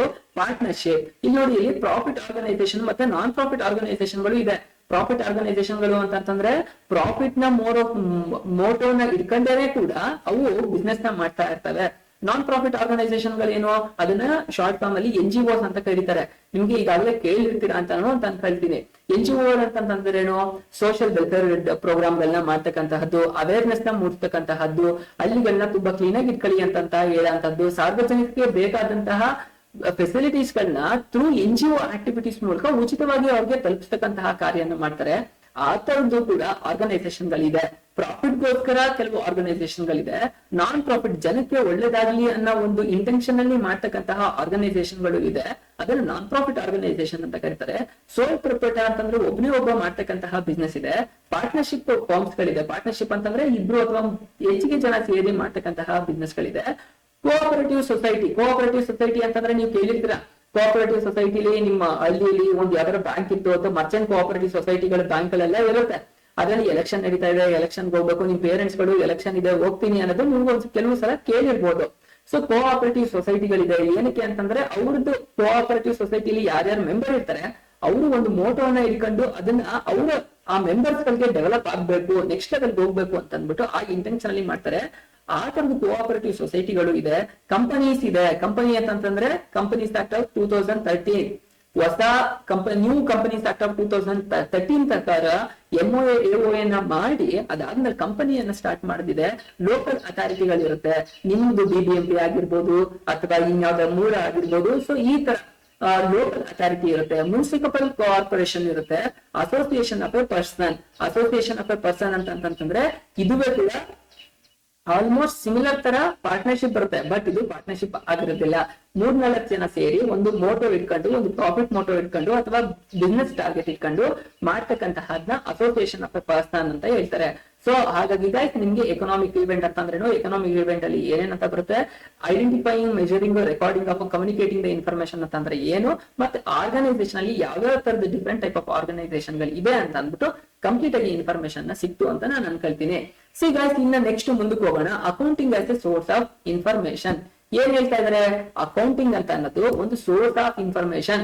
ಈಗ ನೀವು ಒಂದು ಯಾವ್ದೋ ಕಂಪನಿದು ಬ್ಯಾಲೆನ್ಸ್ ಶೀಟ್ ಅನ್ನ ನಿಮ್ ಕೈ ಹತ್ರ ಇಟ್ಕೊಂಡಿರ್ತೀರಾ ಅಂತ ಅನ್ಕೊಳ್ಳಿ, ಅಥವಾ ಫೈನಾನ್ಷಿಯಲ್ ಸ್ಟೇಟ್ಮೆಂಟ್ ಗಳು ಯಾವ್ದೇ ಆಗಿರ್ಬೋದು ಇಟ್ಕೊಂಡಿರ್ತೀರಾ ಅಂತಂದ್ರೆ ಅದು ಏನನ್ನ ಎಕ್ಸ್ಪ್ರೆಸ್ ಮಾಡ್ತಾ ಇರುತ್ತೆ, ಒಂದು ಇಡೀ ಬಿಸ್ನೆಸ್ ಒಂದು ವರ್ಷದಲ್ಲಿ ಏನನ್ನ ಅದು ಮಾಡ್ತು, ಹೇಗೆ ರನ್ ಆಯ್ತು, ಅದು ಪ್ರಾಫಿಟ್ ಮಾಡ್ತಾ, ಅದು ಲಾಸ್ ಆಯ್ತಾ, ಅದು ಬೇರೆ ಕಡೆ ಇನ್ವೆಸ್ಟ್ ಮಾಡಿದ್ಯಾ, ಲೋನ್ ಎಲ್ಲಿ ತಗೊಂಡ್ಬಂದ್ಬಿಟ್ಟು, ಅದಕ್ಕೆ ಇನ್ವೆಸ್ಟ್ಮೆಂಟ್ ನ ಎಲ್ಲಿಂದ ತಗೊಬಂತು, ಶೇರ್ ಹೋಲ್ಡರ್ಸ್ಗೆ ಡಿಬೆಂಚರ್ಸ್, ಶೇರ್ ಹೋಲ್ಡರ್ಸ್ಗೆ ಏನು ಪ್ರಾಫಿಟ್ ಶೇರಿಂಗ್ ನ ಅದು ಡಿವಿಡೆಂಡ್ಸ್ ಮೂಲಕ ಕೊಡ್ತು ಅನ್ನೋದಾಗಿರ್ಬೋದು. So complete information, fixed assets ಏನಾರು ಇನ್ವೆಸ್ಟ್ ಮಾಡ್ತಾ, ಮೆಷಿನರಿಗಳನ್ನ ಏನಾರು ತಂದಿತ್ತ ಅಂತ ಅಂದ್ಬಿಟ್ಟು ನಿಮಗೆ ಒಂದಷ್ಟು ಇನ್ಫಾರ್ಮೇಶನ್ ಥ್ರೂ ಫೈನಾನ್ಷಿಯಲ್ ಸ್ಟೇಟ್ಮೆಂಟ್ ನ ಕೊಡುತ್ತೆ. Accounting as a source of accounting ಅಂತ ಅನ್ನೋದು ನಿಮ್ಗೆ ಆ ಕಂಪ್ಲೀಟ್ ಇನ್ಫಾರ್ಮೇಶನ್ ನ ಸೋರ್ಸ್ ಆಫ್ ಬೇಕಾದಂತ ಒಂದು ಸಂಸ್ಥೆಗೆ ರಿಲೇಟೆಡ್ ಆಗಿರುವಂತಹ ಫೈನಾನ್ಷಿಯಲ್ ರೆಕಾರ್ಡ್ ನ ಸೋರ್ಸ್ ಆಗಿ ಅದು ಕೊಡುತ್ತೆ ಅಂತ ಹೇಳ್ತಾ ಇದ್ದಾರೆ. ಹಾಗಾದ್ರೆ ಆ ತರ ಬಿಸ್ನೆಸ್ ಅಲ್ಲಿ ಕೊಡ್ತಕ್ಕಂತಹದ್ದು P&L ಆಗಿರ್ಬೋದು, ಪ್ರಾಫಿಟ್ ಎಷ್ಟಾಗಿದೆ ಅಂತ ಅಂದ್ಬಿಟ್ಟು ಫೈನಲ್ ಆಗಿ ಬ್ಯಾಲೆನ್ಸ್ ಶೀಟ್ ಆಗಿರ್ಬೋದು, ಅದನ್ನ ಯಾರ ಯೂಸ್ಗೋಸ್ಕರ ಮಾಡುತ್ತೆ, ಅದು ಪ್ರಿಪೇರ್ ಮಾಡುತ್ತೆ ಅನ್ನೋದನ್ನ ನೋಡ್ತಾ ಹೋಗೋಣ. ಯಾರಿಗೋಸ್ಕರ? ಈಗ ಫೈನಾನ್ಷಿಯಲ್ ಒಂದು ಕಂಪನಿದು ಏನ್ ಮಾಡ್ತಾರೆ ಅಂತಂದ್ರೆ ಫೈನಾನ್ಷಿಯಲ್ ರೆಕಾರ್ಡ್ಸ್ ನ ಮೇಂಟೈನ್ ಮಾಡ್ತಾರೆ. ಹೌದಾ? ಫೈನಾನ್ಷಿಯಲ್ ರೆಕಾರ್ಡ್ಸ್ ಗಳನ್ನೆಲ್ಲ ಮೇಂಟೈನ್ ಮಾಡ್ತಾರೆ. ಅದನ್ನ ಮಾಡ್ದೇನೂ ಹಾಗೆ ಇಟ್ಕೊಳ್ಬೋದಿತ್ತಲ್ಲ, ಏನಕ್ಕೆ ದೊಡ್ಡ ದೊಡ್ಡ ಕಾರ್ಪೊರೇಟ್ಸ್ ಗಳಾಗ್ಲಿ, ಬಿಸ್ನೆಸ್ ಮೆನ್ ಗಳಾಗ್ಲಿ ಏನಕ್ಕೆ ಫೈನಾನ್ಷಿಯಲ್ ಅಕೌಂಟಿಂಗ್ ಮಾಡ್ತಾರೆ ಅಂತಂದ್ರೆ ರೆಕಾರ್ಡಿಂಗ್ ಅಲ್ಲಿ ಇದ್ದಾಗ ಬೇರೆ ಬೇರೆ ಯೂಸರ್ಸ್ ಗಳಿಗೆ ಆ ಇನ್ಫಾರ್ಮೇಶನ್ ಸಿಗ್ಲಿ ಅನ್ಬಿಟ್ಟು. ಹಾಗಾದ್ರೆ ಅಕೌಂಟಿಂಗ್ ಇನ್ಫಾರ್ಮೇಶನ್ ನ ಯಾರ್ಯಾರೆಲ್ಲ ಯೂಸ್ ಮಾಡ್ತಾರೆ ಅನ್ನೋದನ್ನ ನೋಡ್ತಾ ಹೋಗೋಣ. ಯೂಸರ್ ಆಫ್ ಅಕೌಂಟಿಂಗ್ ಇನ್ಫಾರ್ಮೇಶನ್, ಯಾರ್ಯಾರಿಗೆ ಆ ಅಕೌಂಟಿಂಗ್ ಇನ್ಫಾರ್ಮೇಶನ್ ಯೂಸ್ ಆಗುತ್ತೆ ಅಂತ ಅಂದ್ಬಿಟ್ಟು ಕೇಳಿಸ್ಕೊಬೇಡಿ. ಆಗ್ಲಿಂದ ನಾನು ಹೇಳ್ತಾ ಇದ್ದೀನಿ, ಕರೆಕ್ಟ್ ಆಗಿ ಒನ್ ಬೈ ಒನ್ ಬರ್ಕಂತ ಹೋಗ್ತಾ ಇರಿ. So internal users and external users. ಏನು ಇಂಟರ್ನಲ್ ಯೂಸರ್ಸ್ ಅಂತಂದ್ರೆ ಕನ್ನಡದಲ್ಲಿ ಆಂತರಿಕ, ಇದು ಎಕ್ಸ್ಟರ್ನಲ್ ಅಂತಂದ್ರೆ ಬಾಹ್ಯ. ಆಂತರಿಕವಾಗಿ ಒಂದಷ್ಟು ಜನಕ್ಕೆ ಬೇಕಾಗುತ್ತೆ, ಮತ್ತೆ ಬಾಹ್ಯವಾಗಿ ಇನ್ನು ಬೇರೆ ಬೇರೆ ಜನಕ್ಕೆ ನಾವು ಕೊಡ್ಬೇಕಾಗತ್ತೆ. ಹಾಗಾದ್ರೆ ಆಂತರಿಕ internals use of financial statement ಗಳು ಯಾರಾಗಿರ್ತಾರೆ? ಈಗ ಯಾರೋ ಬಿಸ್ನೆಸ್ ನ ರನ್ ಮಾಡ್ತಾ ಇದಾರೆ ಅಂತಂದ್ರೆ ಓನರ್ ಗಳು ಅದಕ್ಕೆ ಇನ್ವೆಸ್ಟ್ ಮಾಡಿರ್ತಾರೆ, ಕರೆಕ್ಟಾ? ಆ ಓನರ್ ಗಳು ಇನ್ವೆಸ್ಟ್ ಮಾಡಿದ್ದಾರೆ ಅಂತ ಅಂದ್ಬಿಟ್ರೆ ಅವ್ರಿಗೆ ಒಂದು ವರ್ಷ ಇಡೀ ಆಕ್ಟಿವಿಟೀಸ್ ಅಲ್ಲಿ ಪ್ರಾಫಿಟ್ ಆಗ್ತಿದ್ಯಾ ಅಥವಾ ಲಾಸ್ ಆಗ್ತಿದ್ಯಾ ಅಂತ ಅಂದ್ಬಿಟ್ಟು ಗೊತ್ತಾಗ್ಬೇಕಾನೆ. ಸೊ ಅಂತಹ ಫೈನಾನ್ಷಿಯಲ್ ಸ್ಟೇಟ್ಮೆಂಟ್ ನ ಯುಟಿಲೈಸ್ ಮಾಡ್ತಕ್ಕಂತಹದ್ರಲ್ಲಿ ಫಸ್ಟ್ ಯಾರು ಇರ್ತಾರೆ ಅಂತಂದ್ರೆ ಓನರ್ಸ್ ಇರ್ತಾರೆ. ಯಾಕಂದ್ರೆ ಅವ್ರಿಗೆ ಗೊತ್ತಾಗ್ಬೇಕಲ್ವಾ ಓನರ್ಸ್ ಅಂತ ಏನು ಸ್ಟಾರ್ಟ್ ಮಾಡಿರುವಂತವ್ರು, ಇನ್ವೆಸ್ಟ್ ಮಾಡ್ತಿರ್ತಕ್ಕಂತಹದ್ದು ಯಾವ್ದೋ ಬಿಸ್ನೆಸ್ ನ ಸ್ಟಾರ್ಟ್ ಮಾಡ್ತಿರ್ತಕ್ಕಂತಹದ್ನ ಓನರ್ ಅಂತ ಕರೀತಾರೆ ಅಂತ ಹೇಳ್ತಾ ಇದಾರೆ. ಮ್ಯಾನೇಜ್ಮೆಂಟ್ ಗೆ ಗೊತ್ತಾಗ್ಬೇಕು, ನೆಕ್ಸ್ಟ್ ಯಾರಿಗೆ ಗೊತ್ತಾಗ್ಬೇಕು ಅಂತ ಹೇಳ್ತಾ ಇದಾರೆ, ಮ್ಯಾನೇಜ್ಮೆಂಟ್ ಗೆ. ಈಗ ಓನರಿಗೆ ಗೊತ್ತಾಯ್ತು, ಮ್ಯಾನೇಜರ್ ಗಳು ಏನ್ ಮಾಡ್ತಾರೆ, ಮ್ಯಾನೇಜ್ಮೆಂಟ್ ಅವ್ರ ಲೆವೆಲ್ ಅಲ್ಲಿ ಟ್ರಸ್ಟಿಗಳು ಇರ್ತಾರೆ, ಅದ್ರ ಜೊತೆಗೆ ಮೆಂಬರ್ಸ್ ಇರ್ತಾರೆ, ಬೋರ್ಡ್ ಆಫ್ ಕಮ್ಯುನಿಟಿ ಮೆಂಬರ್ಸ್ ಗಳು ಇರ್ತಾರೆ. ಸೊ ಒಬ್ರಿಗೆ ಅಂತ ಅಂತಲ್ಲ, ಬರೀ ಇನ್ವೆಸ್ಟ್ ಮಾಡಿದವ್ರಿಗೆ ಅಂತಲ್ಲ, ಕಂಪ್ಲೀಟ್ ಆಗಿ ಎಲ್ಲರಿಗೂ ಕೂಡ ಗೊತ್ತಾಗ್ಬೇಕಲ್ವಾ. ಹಾಗೇನೆ ಇನ್ನೂ ಒಂದೇನಂತಂದ್ರೆ ಆರ್ಗನೈಸೇಷನ್ ಅಲ್ಲಿ ಡಿಫ್ರೆಂಟ್ ಹೈರಾರ್ಕಿ ಇರುತ್ತೆ, top level management, middle level management, lower level management ಅಂತ ಅಂದ್ಬಿಟ್ಟು ಅವ್ರಿಗೆ ಕಂಪ್ಲೀಟ್ ಆಗಿ ಇನ್ಫಾರ್ಮೇಶನ್ ಸಿಗಬೇಕಾಗುತ್ತೆ.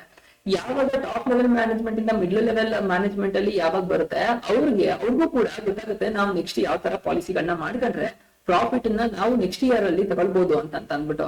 ಸೊ ಹಾಗಾಗಿ ಯಾರ್ಯಾರು ಬರ್ತಾರೆ ಅದರಲ್ಲಿ ಸಿಒ ಇರ್ತಾರೆ, ಸಿಎಫ್ಒ ಇರ್ತಾರೆ, ಈ ತರ ಬೇರೆ ಬೇರೆ ಅವರೆಲ್ಲ ಬರ್ತಾ ಹೋಗ್ತಾರೆ. ಸೊ ಹಾಗಾಗಿ ಇನ್ಫಾರ್ಮೇಶನ್ ಮ್ಯಾನೇಜ್ಮೆಂಟ್ಗೂ ಇರ್ಬೇಕು, ಓನರ್ಸ್ ಇರ್ಬೇಕು, ಹಾಗೆ ಮ್ಯಾನೇಜ್ಮೆಂಟ್ ಅಲ್ಲಿ ಬೇರೆ ಬೇರೆ ಹೈರಾರ್ಕಿ ಇರ್ತಕ್ಕಂತಹ ಎಲ್ಲರಿಗೂ ಕೂಡ ಸಿಗ್ಬೇಕು. ಹಾಗೆ ಎಂಪ್ಲಾಯಿಗಳಿಗೂ ಈ ಅಕೌಂಟಿಂಗ್ ಇನ್ಫಾರ್ಮೇಶನ್ ಸಿಗ್ಬೇಕು ಅಂತ ಹೇಳ್ತಾ ಇದ್ದಾರೆ. ಯಾಕೆ ಅಂತಂತಂದ್ರೆ ಒಂದು ಬಿಸ್ನೆಸ್ ಪ್ರಾಫಿಟ್ ಮಾಡಿದೆ ಅಂತ ಗೊತ್ತಾದ್ರೆ ತಾನೇನೆ ಒಬ್ಬ ಎಂಪ್ಲಾಯಿಗಳು ನಮ್ಗೆ ನೆಕ್ಸ್ಟ್ ಇಯರ್ ಸ್ಯಾಲರಿ ಹೈಕ್ ಮಾಡಿ ಅಂತ ಕೇಳಕ್ಕಾಗಂತದ್ದು. ಲಾಸ್ ಆಯ್ತು ಅಂತಂದ್ರೆ ಯಾರು ತಾನೇ ಕೇಳಕ್ಕಾಗತ್ತೆ, ಯಾರು ಕೂಡ ಕೇಳಕ್ ಆಗೋದಿಲ್ಲ ಅಲ್ಲ. ಹಾಗಾಗಿ ಎಂಪ್ಲಾಯೀಸ್ಗೂ ಕೂಡ ಅಕೌಂಟಿಂಗ್ ಇನ್ಫಾರ್ಮೇಶನ್ ಬೇಕಾಗತ್ತೆ ಅಂತ ಹೇಳ್ತಾ ಇದಾರೆ. ಸೊ ಇದಾಗಿತ್ತು ಗೈಸ್ ಇಂಟರ್ನಲ್ ಯೂಸರ್ಸ್, ಒಂದು ಬಿಸ್ನೆಸ್ ಇನ್ಫಾರ್ಮೇಶನ್ ನ ಇಂಟರ್ನಲ್ ಆಗಿ ಯಾರ್ಯಾರು ಯೂಸ್ ಮಾಡ್ಕೊಳ್ತಾರೆ ಅಂತ ಅಂದ್ಬಿಟ್ಟು ಓನರ್, ಮ್ಯಾನೇಜ್ಮೆಂಟ್ ಅಂಡ್ ಎಂಪ್ಲಾಯೀಸ್ ಅನ್ನೋದು ನಿಮ್ಗೆ ಈಗಾಗಲೇ ಗೊತ್ತಾಯ್ತು. ಹಾಗಾದ್ರೆ ಇಂಟರ್ನಲ್ ಯೂಸರ್ ಯಾರ್ಯಾರು ಅಂತ ಅಂದ್ಬಿಟ್ಟು ಗೊತ್ತಾಯ್ತು. ಈಗ ಎಕ್ಸ್ಟರ್ನಲ್ಸ್ ವರ್ಕಿಂಗ್ ಅವ್ರಿಗೆ ಯಾರ್ಯಾರಿಗೆ ಗೊತ್ತಾಗ್ಬೇಕು, ಯಾರ್ಯಾರು ಅದನ್ನ ಯುಟಿಲೈಸ್ ಮಾಡ್ಕೊಳ್ತಾರೆ ಅಥವಾ ಯಾರಿಗೆ ರಿಕ್ವೈರ್ಮೆಂಟ್ ಇರುತ್ತೆ, ಯಾಕೆ ಪ್ರಿಪೇರ್ ಮಾಡಬೇಕು ಅನ್ನೋದನ್ನ ನೋಡೋಣ. ಎಕ್ಸ್ಟರ್ನಲ್ ಯೂಸರ್ಸ್, ಎಕ್ಸ್ಟರ್ನಲ್ಸ್ ಅಂತಂದ್ರೆ ಬಾಹ್ಯವಾಗಿ ಯೂಸ್ ಮಾಡ್ತಕ್ಕಂತವ್ರು. ಇನ್ವೆಸ್ಟರ್, ಯಾರು ಇನ್ವೆಸ್ಟರ್ಸ್ ಅಂತಂದ್ರೆ ಯಾರನ್ನ ರಿಯಲ್ ಇನ್ವೆಸ್ಟರ್ಸ್ ಅಂತಾರೆ, ಶೇರ್ ಕಂಪನಿಯಲ್ಲಿ ಶೇರ್ ಹೋಲ್ಡರ್ಸ್ ನ ಯಾರು ಶೇರ್ಸ್ ಮೇಲೆ ಇನ್ವೆಸ್ಟ್ ಮಾಡ್ತಾರೆ ಅವರನ್ನ ಓನರ್ ಆಫ್ ದ ಕಂಪನಿ ಅಂತ ಕರೀತಾರೆ. ಸೊ ಯಾರು ಇನ್ವೆಸ್ಟ್ ಮಾಡ್ತಾರ, ಶೇರ್ ಹೋಲ್ಡರ್ಸ್ ಆಗಿರ್ಬೋದು, ಡಿಬೆಂಚರ್ ಹೋಲ್ಡರ್ಸ್ ಆಗಿರ್ಬೋದು, ಅವರನ್ನ ಇನ್ವೆಸ್ಟರ್ಸ್ ಅಂತ ಕರೀತಾರೆ. ಯಾರು ಶೇರ್ ಹೋಲ್ಡರ್ಸ್ ನೇ ನಿಮ್ಗೆ ಮೇನ್ ಆಗಿ ಇನ್ವೆಸ್ಟರ್ಸ್ ಅಂತ ನಿಮ್ಗೆ ಕನ್ಸಿಡರ್ ಮಾಡ್ತಕ್ಕಂತಹದ್ದು. ಮೇನ್ ಇನ್ವೆಸ್ಟರ್ಸ್ ಅಂತ ಅಂದ್ಬಿಟ್ಟು ಯಾರನ್ನ, ಶೇರ್ ಹೋಲ್ಡರ್ಸ್ ನ. ಸೊ ಇನ್ವೆಸ್ಟ್ ಮಾಡ್ತಕ್ಕಂಥವ್ರಿಗೆ ಗೊತ್ತಾಗ್ಬೇಕಾಗುತ್ತೆ. ಸೊ ನೆಕ್ಸ್ಟ್ ಕ್ರೆಡಿಟರ್ಸ್ ಗೆ ಗೊತ್ತಾಗ್ಬೇಕಾಗುತ್ತೆ. ಯಾರು ಕ್ರೆಡಿಟರ್ಸ್ ಅಂತಂದ್ರೆ ನೀವು ನೆಕ್ಸ್ಟ್ ಯಾವ್ದೋ ಬಿಸ್ನೆಸ್ ಎಕ್ಸ್ಪಾನ್ಷನ್ ಮಾಡ್ತಾ ಇದ್ದೀರಾ ಅಂತ ಅನ್ಕೊಳ್ಳಿ. ಆಗ ನಿಮ್ಗೆ ಏನೋ ಬೇಕಾಗುತ್ತೆ, ಯೂಜ್ ಕ್ಯಾಪಿಟಲ್ ಬೇಕಾಗುತ್ತೆ. ಯೂಜ್ ಕ್ಯಾಪಿಟಲ್ ಬಂದಾಗ ನಿಮ್ಗೆ ಕೆಲವು ಸಲ ಆಪ್ಷನ್ ಇಲ್ದಾದಾಗ ನೀವು ಏನ್ ಮಾಡ್ತೀರಾ, ಬ್ಯಾಂಕ್ ಹೋಗ್ತೀರಾ. ಬ್ಯಾಂಕ್ ಹೋದಾಗ ಲೋನ್ ಅಪ್ಲೈ ಮಾಡ್ತೀರಾ. ಬ್ಯಾಂಕ್ ಅಲ್ಲಿ ಲೋನ್ ಅಪ್ಲೈ ಮಾಡಿದಾಗ ನಿಮ್ಮ ಕ್ರೆಡಿಬಿಲಿಟಿ ಅಂದ್ರೆ ಬಿಸ್ನೆಸ್ ತುಂಬಾ ಚೆನ್ನಾಗಿ ರನ್ ಮಾಡ್ತಾ ಇದೆ, ಪ್ರಾಫಿಟ್ ಮಾಡ್ತಿದೆ ಅಂತಂದ್ರೆ ಮಾತ್ರ ಅವರು ಲೋನ್ ಕೊಡ್ತಾರೆ. ಯಾವ್ದಾದ್ರು ಬಿಸ್ನೆಸ್ 5-6 ವರ್ಷದಿಂದ ರನ್ ಲಾಸ್ ಅಲ್ಲಿ ನಡೀತಾ ಇದೆ ಅಂತಂದ್ರೆ ಕೊಡಕ್ಕೆ ಯಾರು ಬ್ಯಾಂಕ್ ಮುಂದೆ ಬರುತ್ತೆ, ಖಂಡಿತ ಇಲ್ಲ ಅಲ್ಲ.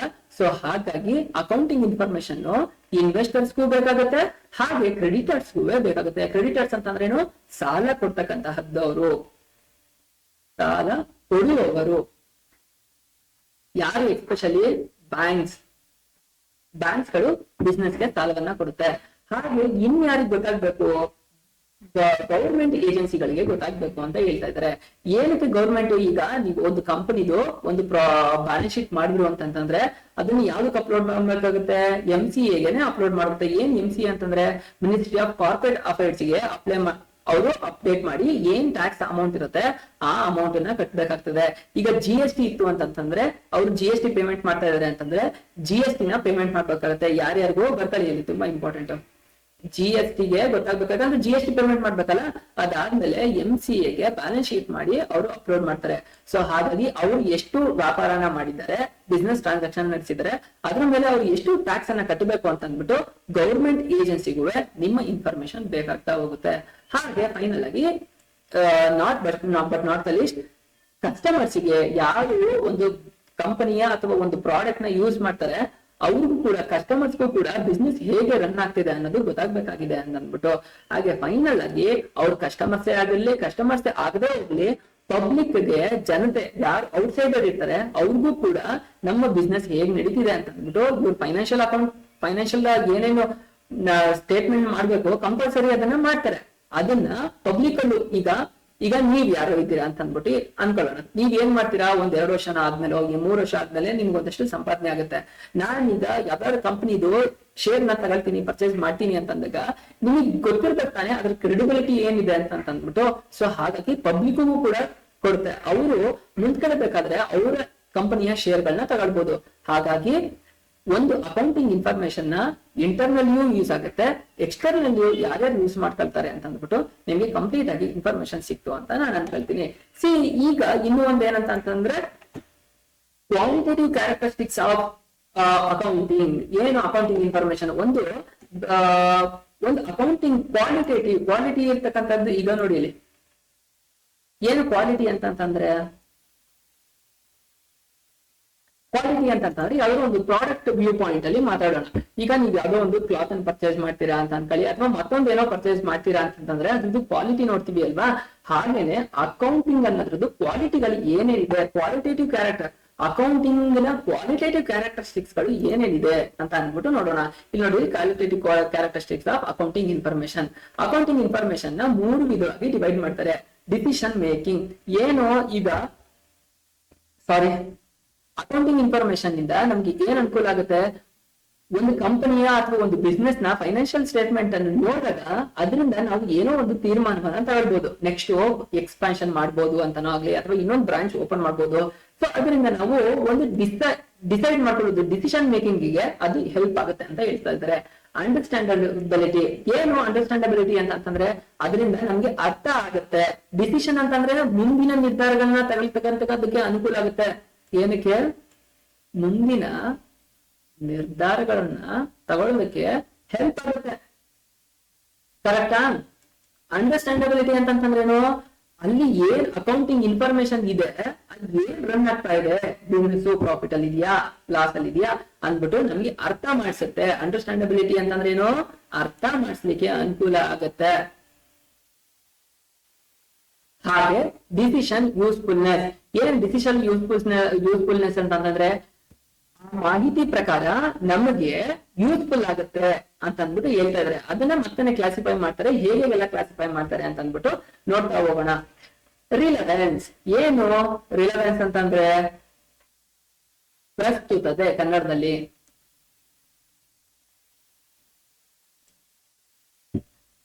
ಏನು ಪ್ರಸ್ತುತತೆ ಅಂತಂದ್ರೆ, ಈಗ ಲಾಸ್ಟ್ ಇಯರ್ ಏನ್ ಟ್ರಾನ್ಸಾಕ್ಷನ್ ನಡೆದಿದೆಯಲ್ಲ ಅದು ಲಾಸ್ಟ್ ಇಯರ್ ನಡೆದಿದೆ ಅಂತ ಅಂದ್ಬಿಟ್ಟು ಅದು ಪ್ರಸ್ತುತವಾಗಿರುತ್ತೆ. ಅಂತಂದ್ರೆ ಯಾವುದೇ ರೀತಿಯಾದಂತಹ ಫೇಕ್ ಇರಂಗಿಲ್ಲ, ಪ್ರಸ್ತುತವಾಗಿರುತ್ತೆ. ಇವತ್ತಿನ ಟ್ರಾನ್ಸಾಕ್ಷನ್ ಗಳನ್ನ ನಾವು ಇವತ್ತೇ ರೆಕಾರ್ಡ್ ಮಾಡ್ಬಿಡ್ತೀವಿ. ಸೊ ಹಾಗಾಗಿ ಇದು ಇವತ್ತಿನ ಅಕೌಂಟಿಂಗ್ ಗೆ ಸಂಬಂಧಪಟ್ಟಂಗೆ ಪ್ರಸ್ತುತವಾಗಿರುತ್ತೆ, ರಿಲೆವೆನ್ಸ್ ಇರುತ್ತೆ ಅಂತ ಅಂದ್ಬಿಟ್ಟು ಹೇಳ್ತಾ ಇದಾರೆ. ಕಂಪೇರಬಿಲಿಟಿ, ಏನು ಕಂಪೇರಬಿಲಿಟಿ, ರಿಲೆವೆನ್ಸ್ ಗೆ ಮತ್ತೆ ಕ್ಲಾಸಿಫೈ ಮಾಡ್ತಾರೆ. ಡೆಡಿಕೇಟಿವ್ ವ್ಯಾಲ್ಯೂ, ಅದಕ್ಕೆ ಎಷ್ಟೆಷ್ಟು ವ್ಯಾಲ್ಯೂ ಅಂತಂದ್ರೆ ರಿಲೆವೆನ್ಸ್ ಪ್ರಸ್ತುತವಾಗಿರುತ್ತೆ, ಅದರಲ್ಲಿ ಡೆಡಿಕೇಟಿವ್ ವ್ಯಾಲ್ಯೂ ಇರುತ್ತೆ. ಅಂದ್ರೆ ಒಂದು ಫಿಗರ್ ತುಂಬಾ ಚೆನ್ನಾಗಿ ನಮ್ಗೆ ಸಿಗ್ತಾ ಹೋಗುತ್ತೆ. ಫೀಡ್ಬ್ಯಾಕ್ ವ್ಯಾಲ್ಯೂ ಅಂತಂದ್ರೆ ಅದರಿಂದ ನಮಗೊಂದು ಡಿಸಿಷನ್ ಸಿಗುತ್ತೆ. ಈಗ ಫೈನಾನ್ಷಿಯಲ್ ಸ್ಟೇಟ್ಮೆಂಟ್ ಇಂದ ಒಂದು ನಮಗೆ ಬೇಕಾಗುತ್ತೆ ಪ್ರಾಫಿಟ್ ಇದೆಯಾ ಅಥವಾ ಲಾಸ್ ಇದೆಯಾ ಅಂತ ಅಂದ್ಬಿಟ್ಟು, ಅದರಿಂದ ನಮಗೊಂದು ಫೀಡ್ಬ್ಯಾಕ್ ಸಿಗುತ್ತೆ. ಫೀಡ್ಬ್ಯಾಕ್ ವ್ಯಾಲ್ಯೂ ಅಂತಂದ್ರೆ ಅದರಿಂದ ನಾವು ಬೇರೆ ಫೀಡ್ಬ್ಯಾಕ್, ಅದೊಂದು ಫೈನಾನ್ಷಿಯಲ್ ಸ್ಟೇಟ್ಮೆಂಟ್ ನೋಡೋದ್ರಿಂದ ನಮ್ಗೊಂದು ಫೀಡ್ಬ್ಯಾಕ್ ಸಿಗುತ್ತೆ. ಅದರಿಂದ ನಾವು ನೆಕ್ಸ್ಟ್ ಏನ ಡಿಸಿಷನ್ ತಗೊಳ್ಬಹುದು ಅದನ್ನ ಅರ್ಥ ಮಾಡಿಸುತ್ತೆ ಅಂತ ಹೇಳ್ತಾ ಇದ್ರೆ. ಆಮೇಲೆ ಟೈಮ್ಲಿನೆಸ್, ಏನು ಟೈಮ್ಲಿನೆಸ್ ಅಂತಂದ್ರೆ ಪ್ರಸ್ತುತವಾಗಿರುತ್ತೆ ಅಂತ ಅನ್ನೋದಕ್ಕೆ ಆಂಗ್ಲದಲ್ಲಿ ಬರ್ತಕ್ಕಂತಹದ್ದು. ಟೈಮ್ಲೆಸ್ ಅಂತಂದ್ರೆ ನಮ್ಗೆ ವಾರಕ್ಕೋ 15 ದಿನಕ್ಕೋ ನಾವು ಫೈನಾನ್ಷಿಯಲ್ ಸ್ಟೇಟ್ಮೆಂಟ್ ನ ನೋಡಿದಾಗ, ವಾರ ಆಗಿರ್ಬೋದು, ತಿಂಗಳಿಗಾಗಿರ್ಬೋದು, ಅಥವಾ ಕ್ವಾರ್ಟರ್ಲಿ ಒನ್ಸ್ ಆಗಿರ್ಬೋದು, ಅಥವಾ ಆನ್ಯುವಲಿ ಟ್ವೈಸ್ ಆಗಿರ್ಬೋದು, ಹಾಫ್ ಟರ್ಮ್ ಆಗಿರ್ಬೋದು, ಅಂದ್ರೆ ವರ್ಷಕ್ಕೆ 6 ತಿಂಗಳಿಗೊಂದ್ಸಲ 6 ತಿಂಗಳಿಗೆ ಒಂದ್ಸಲ ಆಗಿರ್ಬೋದು, ಅಥವಾ ಆನ್ಯುವಲಿ ಒನ್ಸ್ ಆಗಿರ್ಬೋದು. ಅದು ಟೈಮ್ಲಿ ನಮ್ಗೆ ಟ್ರಾನ್ಸಾಕ್ಷನ್ ಗಳನ್ನ ಎಂಟ್ರಿ ಮಾಡ್ತಾ ಹೋಗುತ್ತೆ. ಹಾಗಾಗಿ ಅದು ಪ್ರಸ್ತುತವಾಗಿರುತ್ತೆ ಅಂತ ಹೇಳ್ತಾ ಇದ್ರೆ. ನೆಕ್ಸ್ಟ್ ಕಂಪೇರಬಿಲಿಟಿ, ಏನನ್ನ ಕಂಪೇರಬಿಲಿಟಿ ಅಂತ ಹೇಳ್ತಾ ಇದ್ರೆ, ಸಿ ಗೈಸ್, ನಮ್ದು 6 ತಿಂಗಳಲ್ಲಿ ಬಿಸ್ನೆಸ್ ಹೇಗೆ ರನ್ ಆಗಿದೆ ಅಂತ ಗೊತ್ತಾಗ್ತಾ ಇದೆ. ಕಂಪೇರ್ ನ 2 ವಿಧವಾಗಿ ನಾವು ಮಾಡ್ತಕ್ಕಂತಹದ್ದು. ಇಂಟರ್ನಲ್ಲಿ ಕಂಪ್ಯಾರಿಸನ್, ಇಂಟರ್ನಲ್ಲಿ ಮತ್ತೆ ಎಕ್ಸ್ಟರ್ನಲ್ಲಿ. ಇಂಟರ್ನಲ್ಲಿ ಹೇಗೆ ಕಂಪೇರ್ ಮಾಡ್ಕೊಳ್ತೀವಿ, 6 ವರ್ಷದಾಗ್ಲಿ ಅಥವಾ 6 ತಿಂಗಳದಾಗ್ಲಿ ಅಥವಾ ವರ್ಷದಾಗ್ಲಿ, ಅಥವಾ ಕ್ವಾರ್ಟರ್ದಾಗ್ಲಿ, ಈ ಕ್ವಾರ್ಟರ್ ಇಂದ ನೆಕ್ಸ್ಟ್ ಕ್ವಾರ್ಟರ್ಗೆ ಏನ್ ಪ್ರಾಫಿಟ್ ಆಯ್ತು, ಅಥವಾ ಈ 6 ಮಂತ್ಸ್ ಇಂದ ನೆಕ್ಸ್ಟ್ 6 ಮಂತ್ಸ್ ಗೆ ಏನು ಪ್ರಾಫಿಟ್ ಆಯ್ತು, ಅಥವಾ ಈ ವರ್ಷದಿಂದ ಇನ್ನೊಂದು ವರ್ಷಕ್ಕೆ ಎಷ್ಟು ಪ್ರಾಫಿಟ್ ಆಯ್ತು ಅಂತ ಇಂಟರ್ನಲ್ಲಿ ಅಂದ್ರೆ ಆಂತರಿಕವಾಗಿ ನಮ್ಗೆ ಅದು ಕಂಪೇರ್ ಮಾಡಿ ಹೇಳುತ್ತೆ. ಮತ್ತೆ ಬಾಹ್ಯ ಎಕ್ಸ್ಟರ್ನಲ್ಲಿನೂ ಕೂಡ ಹೇಳುತ್ತೆ. ಹೇಗೆ, ಈಗ ನೀವು ಯಾವ್ದೋ ಕಂಪ್ನಿದು 2 ಕಂಪ್ನಿ ಬೇರೆ ಬೇರೆ ಕಂಪನಿಯ ಬ್ಯಾಲೆನ್ಸ್ ಶೀಟ್ ಇಟ್ಕೊಂಡ್ರಿ ಅಂತಂದ್ರೆ ಅದು ಕಂಪೇರ್ ಮಾಡ್ಕೊಳ್ಳಿ. ಈ ಕಂಪನಿ ಸ್ಟ್ಯಾಂಡರ್ಡ್ಸ್ ಈ ತರ ಇದೆ, ಈ ಕಂಪನಿಯ ಸ್ಟ್ಯಾಂಡರ್ಡ್ಸ್ ಗಳು ಈ ತರ ಇದೆ, ಈ ಕಂಪನಿ ಈ ತರ ಬೇಸ್ ಮೇಲೆ ಡಿವಿಡೆಂಟ್ ಗಳನ್ನ ಅಥವಾ ಪ್ರಾಫಿಟ್ ನ ಡಿಸ್ಟ್ರಿಬ್ಯೂಟ್ ಮಾಡುತ್ತೆ, ಇನ್ನೊಂದು ಕಂಪನಿ ಈ ಬೇಸ್ ಮೇಲೆ ಪ್ರಾಫಿಟ್ ನ ಡಿಸ್ಟ್ರಿಬ್ಯೂಟ್ ಮಾಡುತ್ತೆ ಅಂತ ಅಂದ್ಬಿಟ್ಟು ನಿಮ್ಗೆ ಕಂಪೇರ್ ಮಾಡಿ ಇನ್ಫಾರ್ಮೇಶನ್ ನ ಹೇಳುತ್ತೆ, ಅದು ಅಕೌಂಟಿಂಗ್ ಇನ್ಫಾರ್ಮೇಶನ್ ನ ಕ್ವಾಲಿಟೇಟಿವ್ ಕ್ಯಾರೆಕ್ಟರಿಸ್ಟಿಕ್ಸ್ ಆಗಿದೆ ಅಂತ ಅಂದ್ಬಿಟ್ಟು ಹೇಳ್ತಾ ಇದ್ದಾರೆ. ರಿಲಯಬಿಲಿಟಿ ಏನು? ರಿಲಯಬಿಲಿಟಿ ಅಂದ್ರೆ ವಿಶ್ವಾಸಾರ್ಹತೆ. ಏನು ವಿಶ್ವಾಸಾರ್ಹತೆ ಅಂತಂದ್ರೆ, ಈಗ ನಿಮ್ಮ ದೋಸ್ತುಗಳಿರ್ತಾರೆ ಅಥವಾ ಫ್ರೆಂಡ್ಸ್ ಗಳಿರ್ತಾರೆ, ಅವ್ರ ಮೇಲೆ ಒಂದು ವಿಶ್ವಾಸನ ಇಟ್ಕೊಂಡಿರ್ತೀರಾ. ವಿಶ್ವಾಸ ಅಂತಂದ್ರೆ ಒಂದು ನಂಬಿಕೆನ ಇಟ್ಕೊಂಡಿರ್ತೀರಾ ಅಲ್ವಾ? ಏನಕ್ಕೆ? ಅವ್ರ ಕ್ಯಾರೆಕ್ಟರ್ ಬಗ್ಗೆ ನಿಮ್ಗೆ ಕಂಪ್ಲೀಟ್ ಆಗಿ ಗೊತ್ತಿರುತ್ತೆ. ಹಾಗೇನೆ ಅಕೌಂಟಿಂಗ್ ಅಂತ ಅನ್ನೋದು ಅದ್ರ ಮೇಲೆ ನಾವು ವಿಶ್ವಾಸವನ್ನ ಇಡಬಹುದಾಗಿದೆ. ಅದು ಮೋಸ ಮಾಡೋದಿಲ್ಲ ಅನ್ನೋ ಒಂದು, ಯಾಕಂತಂದ್ರೆ ಅದು ಅಕೌಂಟಿಂಗ್ ವ್ಯಾಲ್ಯೂಸ್ ಅಲ್ಲಿ ಅದನ್ನ ಎಕ್ಸ್ಪ್ರೆಸ್ ಮಾಡ್ತಾರೆ, ಅಕೌಂಟಿಂಗ್ ಲ್ಯಾಂಗ್ವೇಜ್ ಅಲ್ಲಿ ಅದು ಎಕ್ಸ್ಪ್ರೆಸ್ ಮಾಡುತ್ತೆ. ಅದಕ್ಕೇನೆ ಅದ್ರ ಮೇಲೆ ನಂಬಿಕೆನ ಇಡ್ಬೋದು, ವಿಶ್ವಾಸವನ್ನ ಇಡ್ಬೋದು. ಹಾಗಾಗಿ ಅದು ಅಕೌಂಟಿಂಗ್ ಇನ್ಫಾರ್ಮೇಶನ್ ಕ್ವಾಲಿಟೇಟಿವ್ ಕ್ಯಾರೆಕ್ಟರ್ ಆಗಿದೆ ಅಂತ ಹೇಳ್ತಾ ಇದ್ರೆ. ಅದ್ರಲ್ಲಿ ಏನಂತ ಹೇಳ್ತಾರೆ ಮತ್ತೆ? ವೆರಿಫೈಯಬಿಲಿಟಿ. ಅದು ವೆರಿಫೈ ಮಾಡಿ ಹೇಳುತ್ತೆ. ಏನು ವೆರಿಫೈ ಅಂತಂದ್ರೆ, ಈಗ ಯಾವ್ದೋ ಒಂದು ಮಿಷನರಿ ತರಿಸಿರ್ತೀರಾ ಅಂತ ಅನ್ಕೊಳ್ಳಿ, ಅದು 10 ಲಕ್ಷ ರೂಪಾಯಿ ಆಗಿರುತ್ತೆ. 10 ಲಕ್ಷ ರೂಪಾಯಿ ನಿಮ್ಗೆ ಟ್ರಾನ್ಸ್ಪೋರ್ಟೇಷನ್ ಗೆ ಬೇರೆ ಕಡೆಯಿಂದ ಇರ್ತಾ ಬರ್ಬೇಕಾಗುತ್ತೆ. ಇನ್ಸ್ಟಾಲೇಷನ್ ಗೆ ಒಂದಷ್ಟು ರೂಪಾಯಿ ಖರ್ಚಾಗುತ್ತೆ. ಅದು ಎಲ್ಲ ಸೇರಿ ಒಂದು ಇನ್ಸ್ಟಾಲೇಷನ್ ಮಾಡಿ ರನ್ ಮಾಡ್ಬೇಕಾದ್ರೆ ಒಂದು 12 ಲ್ಯಾಕ್ಸ್ ರುಪೀಸ್ ಆಗೋಗ್ಬಿಡುತ್ತೆ. 10 ಲ್ಯಾಕ್ಗೆ ಮಿಷನರಿ ಆಗಿರುತ್ತೆ. ಇನ್ನ 2 ಲ್ಯಾಕ್ಸ್ಗೆ ನಿಮ್ಗೆ ಏನಾಗುತ್ತೆ? ಇನ್ಸ್ಟಾಲೇಷನ್ ಕಂಪ್ಲೀಟ್ ಆಗಿ ಮಾಡ್ಲಿಕ್ಕೆ 12 ಲ್ಯಾಕ್ಸ್ ತನಕ ಅದು ಖರ್ಚಾಗುತ್ತೆ. ಸೊ ಅದನ್ನ ಅಕೌಂಟಿಂಗ್ ಅಲ್ಲಿ ವೇರಿಫೈ ಮಾಡುತ್ತೆ. ವೇರಿಫೈ ಮಾಡೇನೆ ಇಷ್ಟು ಖರ್ಚಾಯ್ತು ಅಂತ ಅಂದ್ಬಿಟ್ಟು ಅದು ಮೆನ್ಷನ್ ಮಾಡುತ್ತೆ ಅಂತ ಹೇಳ್ತಾ ಇದ್ದಾರೆ. ನ್ಯೂಟ್ರಾಲಿಟಿ. ಏನು ನ್ಯೂಟ್ರಾಲಿಟಿ ಅಂತಂದ್ರೆ, ನ್ಯೂಟ್ರಾಲಿಟಿಯಿಂದ ಒಂದು ಕ್ಯಾರೆಕ್ಟರ್ ಮೇನ್ ಏನು qualitative characteristics of accounting information ಅಂತ ಕರೀತಾರೆ. ಏನು ಕ್ವಾಲಿಟೇಟಿವ್ ನ್ಯೂಟ್ರಾಲಿಟಿ ಅಂತಂದ್ರೆ, ನ್ಯೂಟ್ರಾಲಿಟಿ ಅಂತಂದ್ರೆ ಸಿ ಗೈಸ್, 10 ಲಕ್ಷ ರೂಪಾಯಿ ಏನು ಮಿಷನರಿ ತಂದಿದ್ದೀರಲ್ಲ ಅದಕ್ಕೆ ವ್ಯಾಲ್ಯೂ 10 ಲಕ್ಷ ರೂಪಾಯಿ ಅಂತಾನೆ ಅದು ತೋರಿಸುತ್ತೆ. ಅಥವಾ 11 ಲಕ್ಷ ರೂಪಾಯಿ ಅಂತ ತೋರ್ಸಕ್ಕಾಗಲ್ಲ, ಅಥವಾ 9 ಲಕ್ಷ ರೂಪಾಯಿ ಅಂತ ಅಂದ್ಬಿಟ್ಟು ಈ ತರ ಫೇಕ್ ಮಾಡಿ ಅದು ತೋರ್ಸ್ಲಕ್ಕಾಗಲ್ಲ. ಅದು ನ್ಯೂಟ್ರಾಲಿಟಿ ಇರುತ್ತೆ. ನ್ಯೂಟ್ರಲ್ ಅಂತಂದ್ರೆ ತಟಸ್ಥವಾಗಿರುತ್ತೆ ಅಂತ ಅಂದ್ಬಿಟ್ಟು ಹೈಟ್ ಮಾಡೋದಾಗ್ಲಿ ಹೇಳೋದಾಗ್ಲಿ ಅಥವಾ ಡೌನ್ ಮಾಡೋದಾಗ್ಲಿ ಆತರ ಹೇಳಲ್ಲ, ತಟಸ್ಥವಾಗಿರುತ್ತೆ ಅಂತ ಹೇಳ್ತಾ ಇದ್ದಾರೆ. ಫೇತ್ಫುಲ್ನೆಸ್. ಏನು ಫೇತ್ಫುಲ್ನೆಸ್ ಅಂತಂದ್ರೆ ವಿಧೇಯ ಅಂತ ಅಂದ್ಬಿಟ್ಟು ಕನ್ನಡದಲ್ಲಿ ಎಕ್ಸಾಕ್ಟ್ ಟ್ರಾನ್ಸ್ಲೇಷನ್ ಆಗುತ್ತೆ. ಬಟ್ ವಿಧೇಯ ಅಂತ ಅನ್ನೋದು ನಾವು ಹ್ಯೂಮನ್ ಅಲ್ಲಿ ಯೂಸ್ ಮಾಡ್ತೀವಿ. ಬಟ್ ಇನ್ನು ಅಕೌಂಟಿಂಗ್ ಅಲ್ಲಿ ಏನಂತ ಅಂತಂದ್ರೆ ಅದ್ರ ಮೇಲೆ ಫೇತ್ ಅಂತಂದ್ರೆ ಏನು?